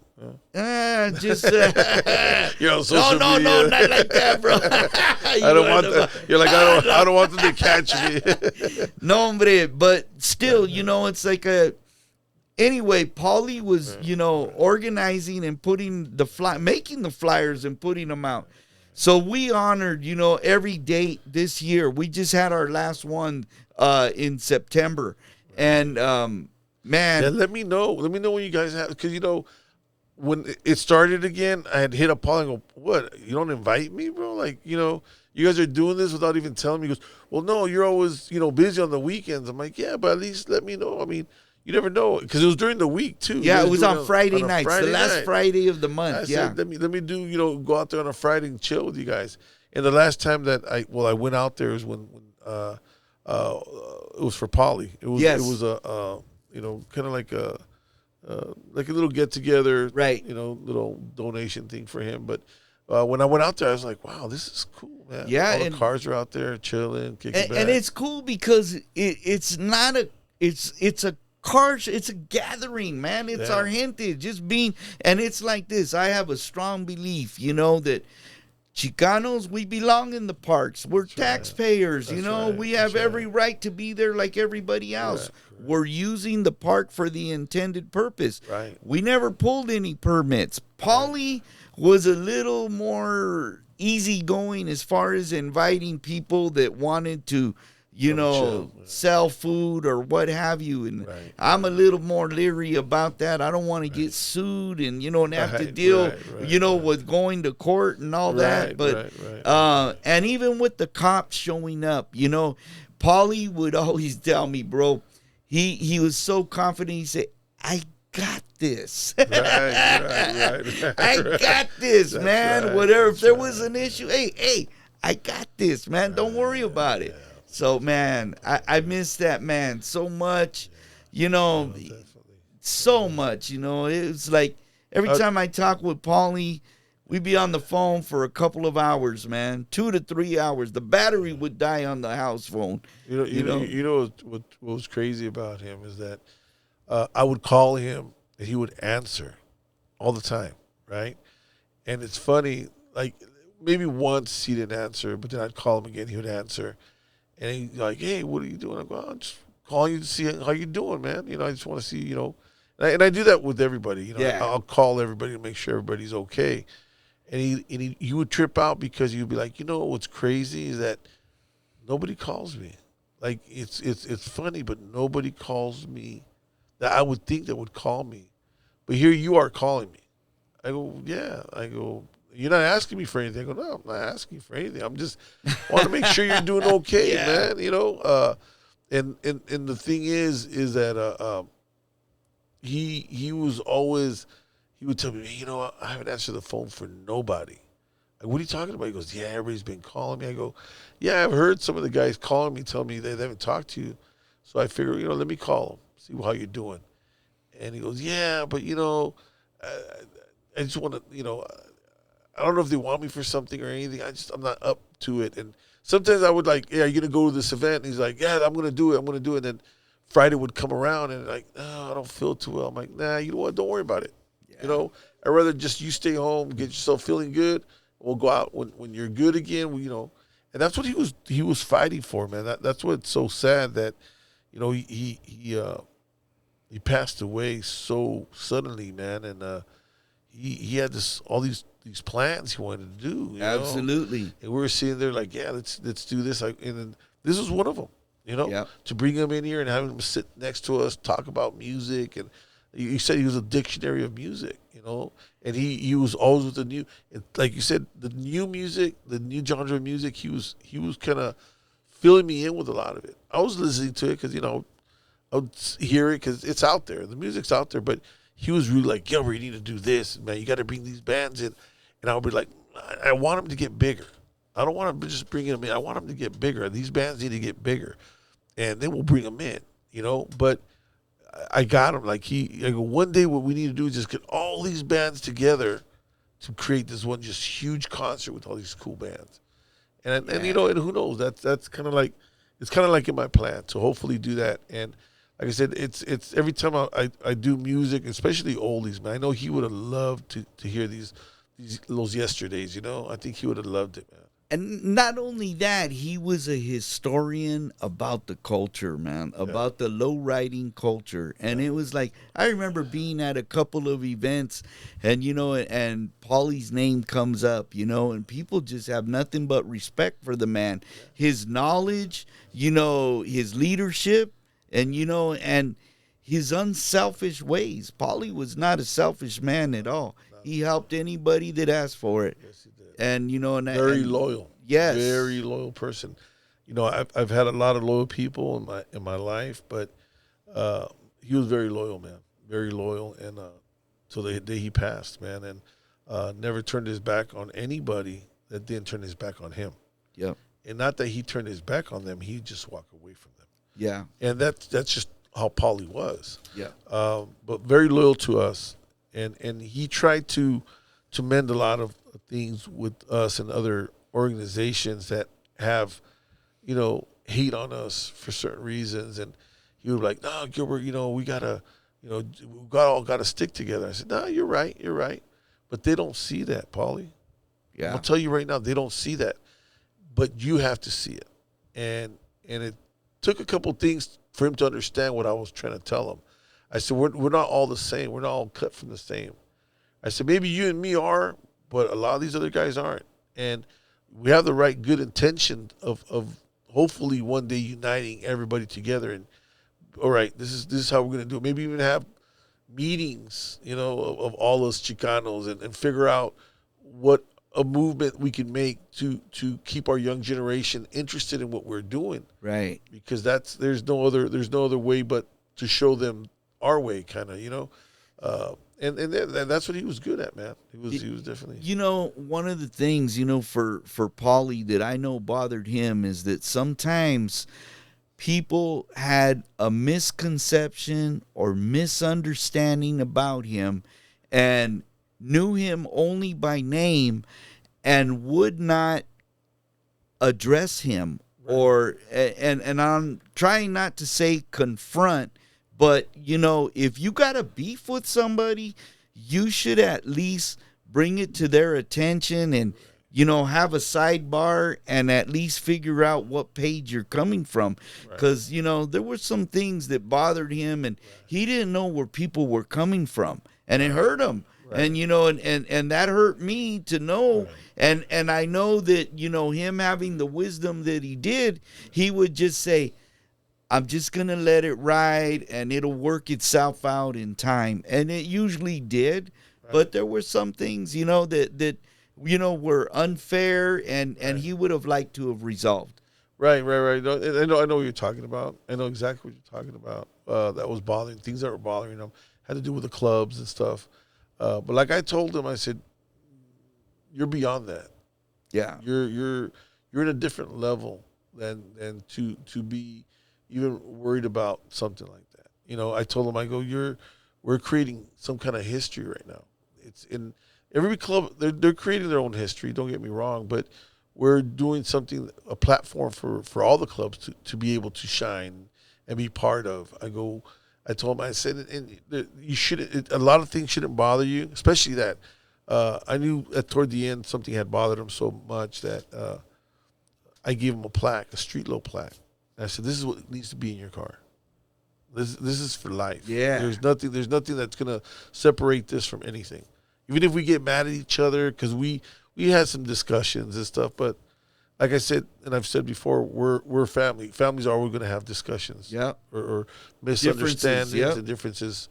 But and that's what we had. We had something like that at time. But I always told him, I said, bro, you're like my family, man. I mean, I should be able to tell you the worst of the worst, and still, because he got mad at me a couple of times, and he wouldn't talk to me for them, and then he would like call me like, what's going on? He goes, well, I was mad at you. I wasn't talking to you, but you know what? I'm not even mad at you. It's not that important. And then we discussed it, and everything was good again. Yeah. And I said, yeah, I mean, that's cool. I go, we're going to sit here and do that, which is good because it builds our characters, and it's going to build our relationship as friends, as brothers, as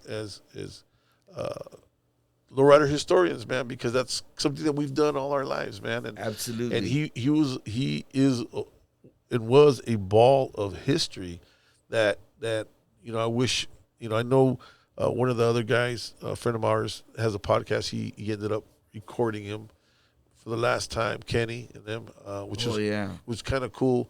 Like I said, I wish I would have had some kind of part with him.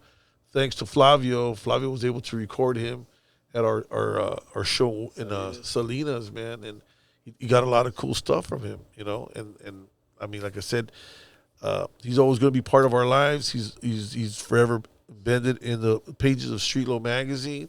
We're going to try to keep the music to ride to going. Where am I going to get the I know we have one for the last issue, which is the one we're going to put in there. But I'm going to continue to keep that going because that was his section. Yeah, the music to write to, that was him. He was the one. Gilbert, let's put this section in there. And I said, okay. So those books, remember the Molina? You said yes. One of those books is mine, and he took it from my office. He goes, he goes, let me take it. I want to read it, and it was dedicated to me. Which is, I go, hey, but I better get that book back. Yeah. Never saw it again. Oh boy, never saw it again. But he has it. And it was cool about the book. It a lot of history in music, man. Yes. And if you've never heard of it, I mean, it's I encourage anybody to go look for those books, man. Had a lot of history on music and where these bands came from, what they went through, the music they created. And Paulie, just when he saw that book, he was just in love with it. He's like, "Yo, let me get it." I said, "Well, I'll let you borrow it." "All right, yeah, whatever." Yeah. And I knew he was gonna take it, and I didn't mind him having it. To me, it was like I'd rather have him have it because he was so into music that I wanted him to definitely study it as much as he could and feed us back and put it into our, and he always gave them credit too. There's a lot of people out there that will that, okay, so that was one of the things that made Paulie kind of upset. You got to give credit where credit is due. Absolutely. A lot of people want to just take the credit themselves and say, "Oh, I did it. It was me. Because of me, I did this." Not understanding that, wait a minute, you didn't do this. It was created by a couple of guys that built this club or that built this magazine. Right. And now you're writing and saying, "I'm the one. If it's because of me, I'm building this." No, man. Right. There's history behind a lot of clubs. There's history behind a lot of publications, the names. There's history that took a lot of us to build and create what it is now, and have somebody just jump on a high horse and ride along and forget everybody, not give the credit to them anymore. Yeah. You see, and that's what hurt Paulie, because Paulie was part of a club that, he felt, man, I helped build this club as well. Not saying that I built it, but I was part of the history of it. But you know what? I'm going to say one thing that made me feel so good is, the night that we had his services, right. And there were members of that car club that came up, and they didn't know Paulie in person, in life. Right. They did not know him, but they knew that he was the president of that car club at one time, and they got up and spoke, and they gave praise and thanks, to Paulie for keeping that club alive, in existence, right. in its, infancy in the early years. Right. And I thought that was amazing for them to come and recognize him, right. And give him that attribute. It right. was like right on, man. Well, no, heartfelt. A lot of people came out, and that was good. I've seen, like during the party, and I was telling you, oh my God, it just turned into a huge party. All the people that went out there and supported him, the car clubs that came out to support him, it just showed you, the love that people had for him. A lot of people had a lot of love for him, and he'll, like I said, he'll always be out there, man. So, like I said, as long as we're still alive, his memory will continue. Absolutely. After we're gone, I don't know what's going to happen. I don't even know if they're going to remember us. But that's the sad thing about passing away. And I sat there one day and I was talking to somebody, I forgot who it was, and I'm like, "Do you remember your great grandfather?" Like, no. I go, "Isn't that crazy? Like 3-4 generations from now, we're gonna be gone. They ain't gonna know who we are no more." Yeah. Unless you live a legacy of something. And the people that live on are the people that really push and create objects and subjects and just anything. If you create something that can live on, like Elvis is gone, but his music lives forever. Forever. Yeah. And that's what I mean about publishing, whether it's a book or music, and that's one thing I think is going to live on. Paulie's going to live on through us, Gilbert, like for myself, being on the radio for 45 years, a lot of people that might be watching this someday will say, "Well, who is this guy? I never even heard about him." Yeah. If you didn't hear about me, then I did my job correctly. Right. And I'm saying that because I always flew under the radar, right. Right. And I had a job to do. My job was given to me by the man upstairs. Right. And so in doing so, this isn't about me. Right. I do the Low Riding with JJ show. I host it, but it's about community. It's about the gente. It's about our cultura. It's about each and every one of us, from your last born to your firstborn and your abuelitos. Right. It's all about who we are as people.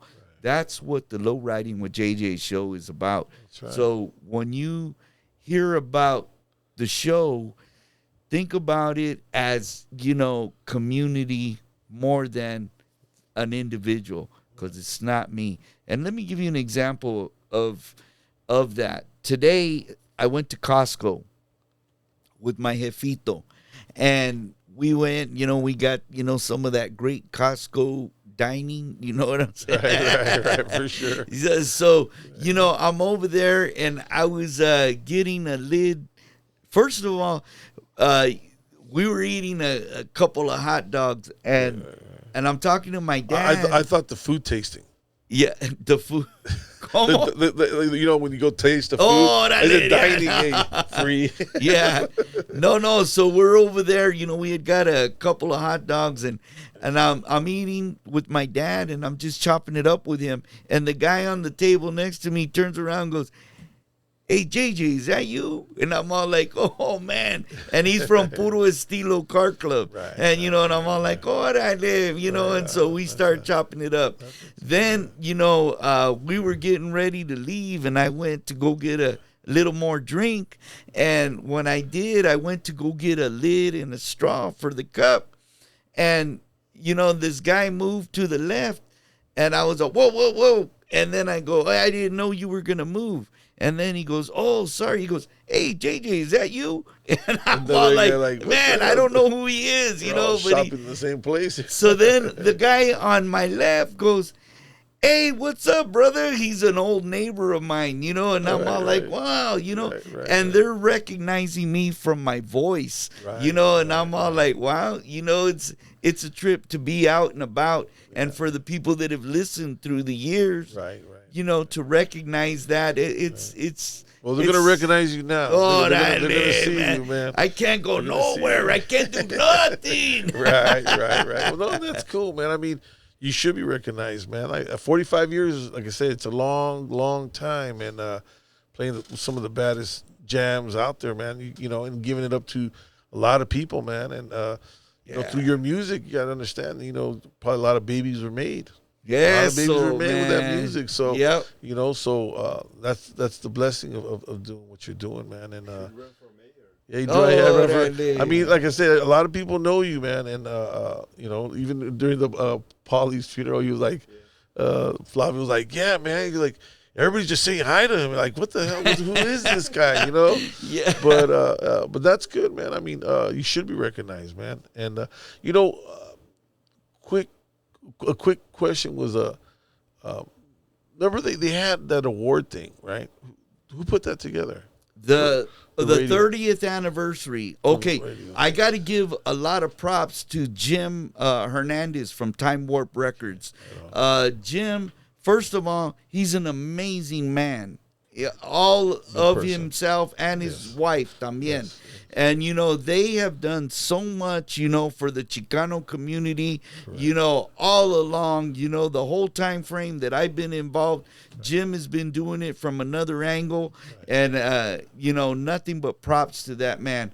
And a lot of the music that I played on my radio show came by way of Time Warp Records. And a lot of times, Jim would just say, "Here, just take these CDs, they'll be useful to you." And, and doing what I do, those are tools. Right. And, when somebody gives you a tool, thank you so much, because it's not just food for my table. Anybody that's listening is going to, get a little food for their table from it. So I have to thank Jim for that. But we put together this event. And it started out being, my 30 years in radio broadcasting. And it evolved into Chicanos in broadcasting. Right. So we were put together awards for many of the Chicanos that were doing radio broadcasting at that time, including David Madrid, the Homeboy Mad. Right. They had that block to block radio show, and Homeboy Mad's doing incredible things too. Right. He used to write for us too. Yeah, Amazing guy too, man. You know, he's got a heart of gold, man, for the raza out there. Good people, man. There's so many, you know, that are lend themselves. Dulce Fernandez, you know, they're just amazing people, you know, that keep developing opportunities, you know, for this culture to continue to grow and to just solidify. But you know, we did this thing 30 years on my 30th anniversary, and we recognized and gave awards to Chicanos that were out there broadcasting. It was truly amazing. Well, I think I had talked to Jim about it, and I was like telling Jim, I go, that's something that should be probably done every year, just to create and to encourage more Chicanos in podcasting and to get out there and you know, whether it's hip hop, oldies, rock en español. Yeah. I think it should bring everybody together. You know, everybody else does it. Yes. You know, BET does it. You know, everybody does it. So why shouldn't we? We're enough of us. I think there's enough of a lot of people. And I mean, I would love to help put something together like that for you guys. You know, when Chuy Gomez, you know, when they changed the format of the radio station, you know, he was on the air, you know, just doing his thing. And then all of a sudden, you know, they changed the format of the radio station. Chuy gets up to go to work and walks in the door, and all of a sudden, you know, it's like, oh, we're not doing that anymore. That's why I never pursued radio as a, you know, a full-time job, because there was no true job security. And I always feared what happened to Chuy would happen to me. And I had an opportunity to go to mainstream radio, and I didn't go because they told me at the college I would lose that if I went to mainstream radio, and I thought I was providing too much of a service at the college, you know, to the listening audience there, that it was, I couldn't walk away from it. So I'd rather do something for nothing that has a greater impact on our people than to get paid for something that where they're going to be telling me what to do, how to do, when to do. And it just said I will lose everything I worked for. So I elected to. Well, they got like I said, they got YouTube now where you can actually build yourself. That's what one thing Chuy did. Chuy evolved into the internet and turned to the internet when he got let go the first time from the station, which he's back on there. Yeah. But he was, you know, to create an audience for yourself, to create a value for yourself, because you become valuable to any station if they know you have this many listeners following you now. You know, and now with the social media, with Instagram, YouTube, all that, and they see that, it just, oh my God, we need to have them. We need to get them over here because they want to use but you don't give it all to them. Yeah. You still use their platform. And they'll be like, can you use yours? No, I'm using yours. Yes. We're going to create new. They're going to know I'm listening, but they're going to be listening, but I'm not going to tell them to come to the station through my social media. They're going to have to, we have to build it from here. And as we build it, it just evolves into get something bigger. So when Chuy was let go because they changed the format of that radio show, that radio station, I got a hold of Chuy and I said, hey, man, you need to come on my show. I want to give you an opportunity to at least address my listeners so that they can get the word out on what happened to you. Because all of a sudden you were no longer on the air. And, he came on the air. We had a great time. And they ended up keeping him there at KOHL for a while. You know, gave him an opportunity to keep his skill set sharp. And, you know, he doesn't need that. He's such a master at what he does, you know, and he's so recognized and such an awesome, you know, person. And he has CMC. Yeah. The TV station at the time. And so when all this was happening during the pandemic, he had called me. He's like, you know, let's do something. I said, what do you want to do? He goes, let's go on the air through social media, through your Instagram, and create a radio on Instagram. I said, yeah, let's do it. So we did it, and it helped out really good. Like we did some collaboration, and then other people wanted, hey man, can I get some of that? What do you want to do?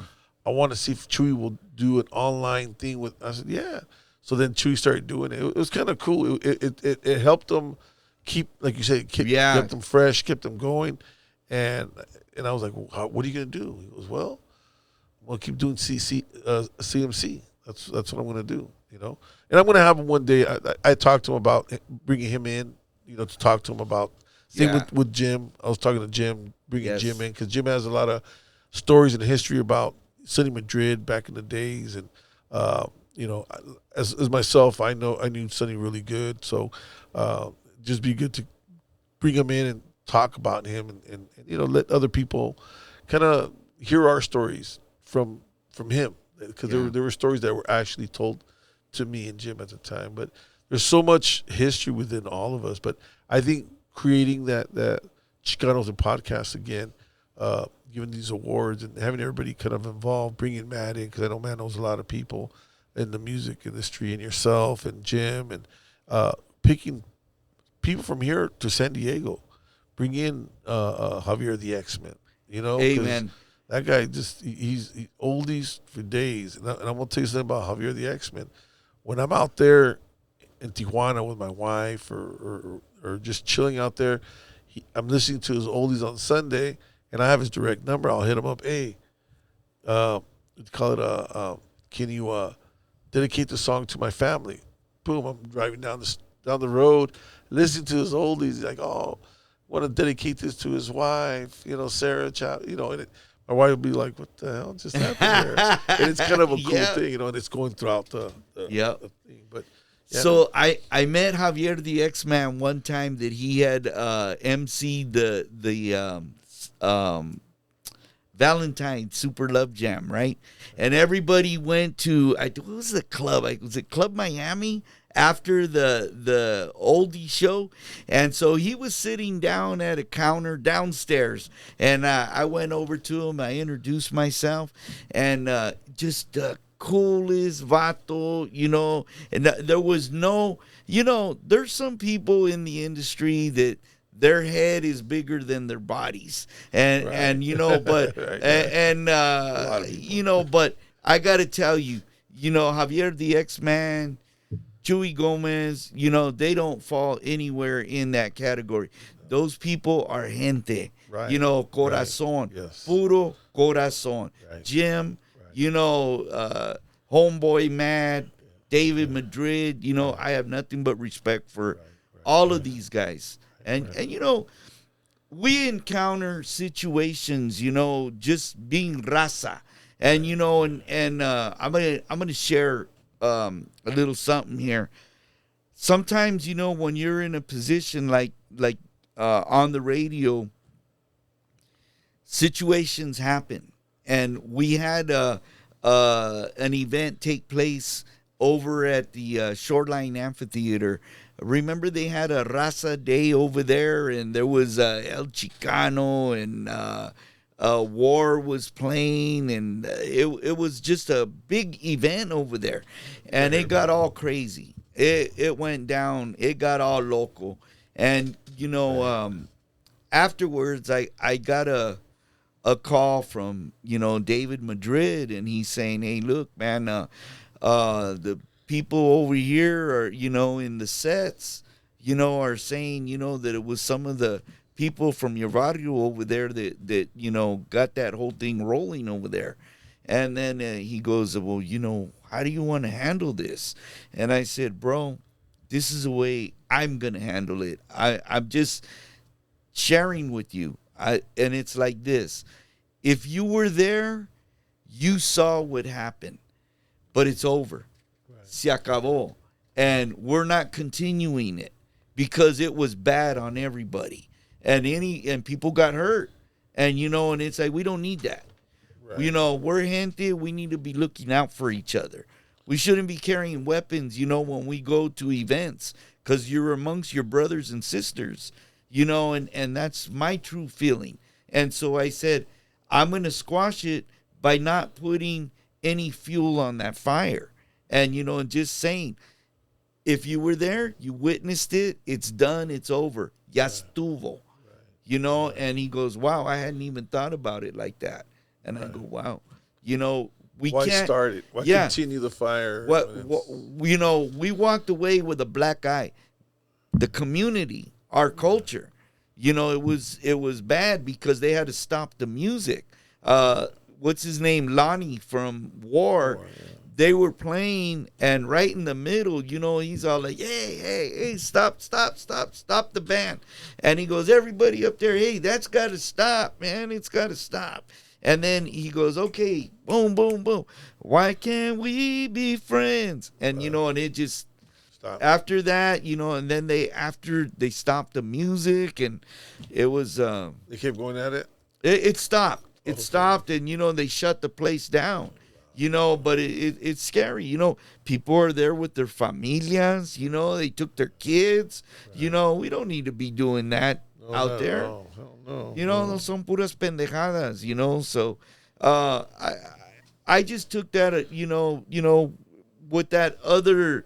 You know, because David had that other show, and I said, bro, don't throw no fuel on the fire, bro, because it'll burn.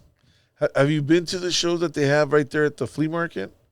What show? So Matt puts together oldies and cerveza.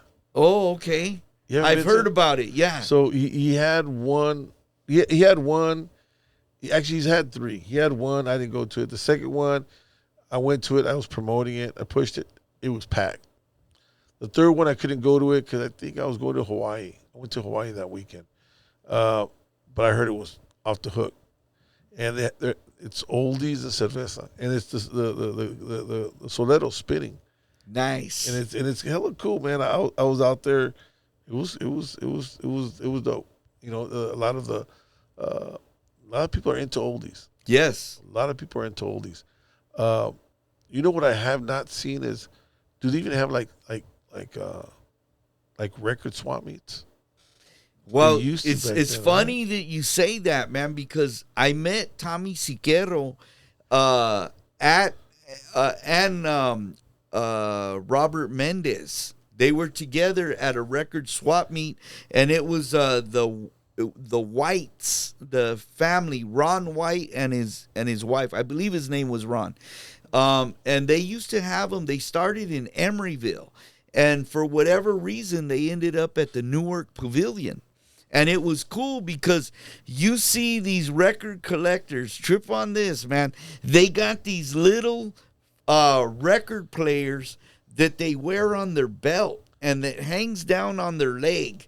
And they get the 45 record, they put it on there, and it has a needle, and it tracks the record, and it has a little speaker, and they got a plug in for their headphones, so they're wearing headphones, but it is the coolest thing to see that little device, bro.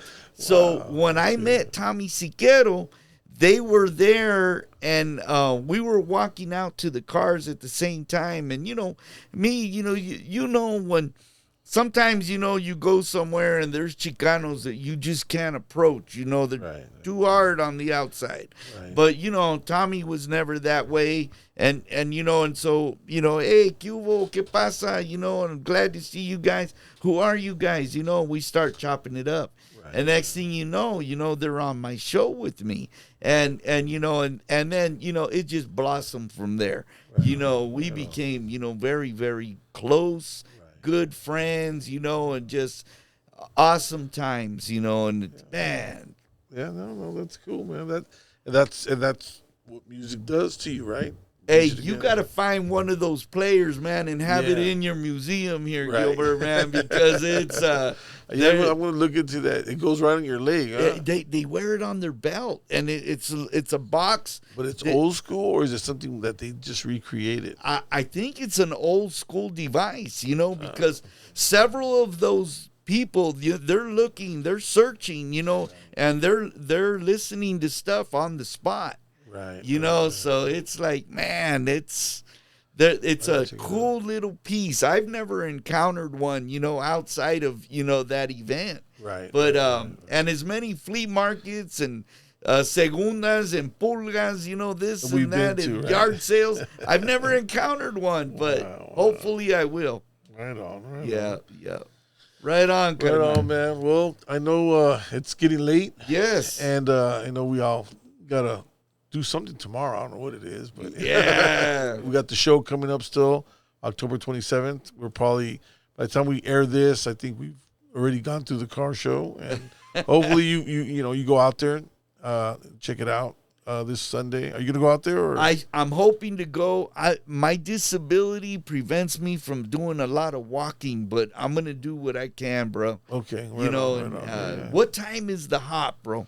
The hop, we're going to start the hop about 1 o'clock. About 1 o'clock. Yeah, okay. From 1 to about 2, and then at 2, I want to start the music, and then from 2 till 6 o'clock. Man, that's going to be happening, man, especially, with this being dedicated to Paulie. I would really love to be there. I think, this show's dedicated to him, but every hop I'm going to dedicate to him. The hop is going to be part of Paulie forever. I mean, as long as, like I said, as long as I continue to do these events, I'm always going to try to invent, even on the trophies, make sure that his name is there so people could understand that, because of him, we were able to continue doing the hop, because he was the one. I didn't have to worry about it.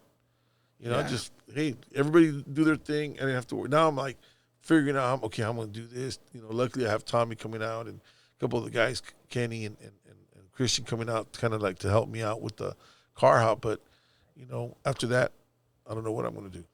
And, even going back to the earliest happenings, because they weren't car shows, they were happenings. The hops were the biggest attraction there. Well, it was weird to see the car hop. Yeah, absolutely. And they would have a beer. I think they put beers, like bottles and stuff, to go see how high they were hopping.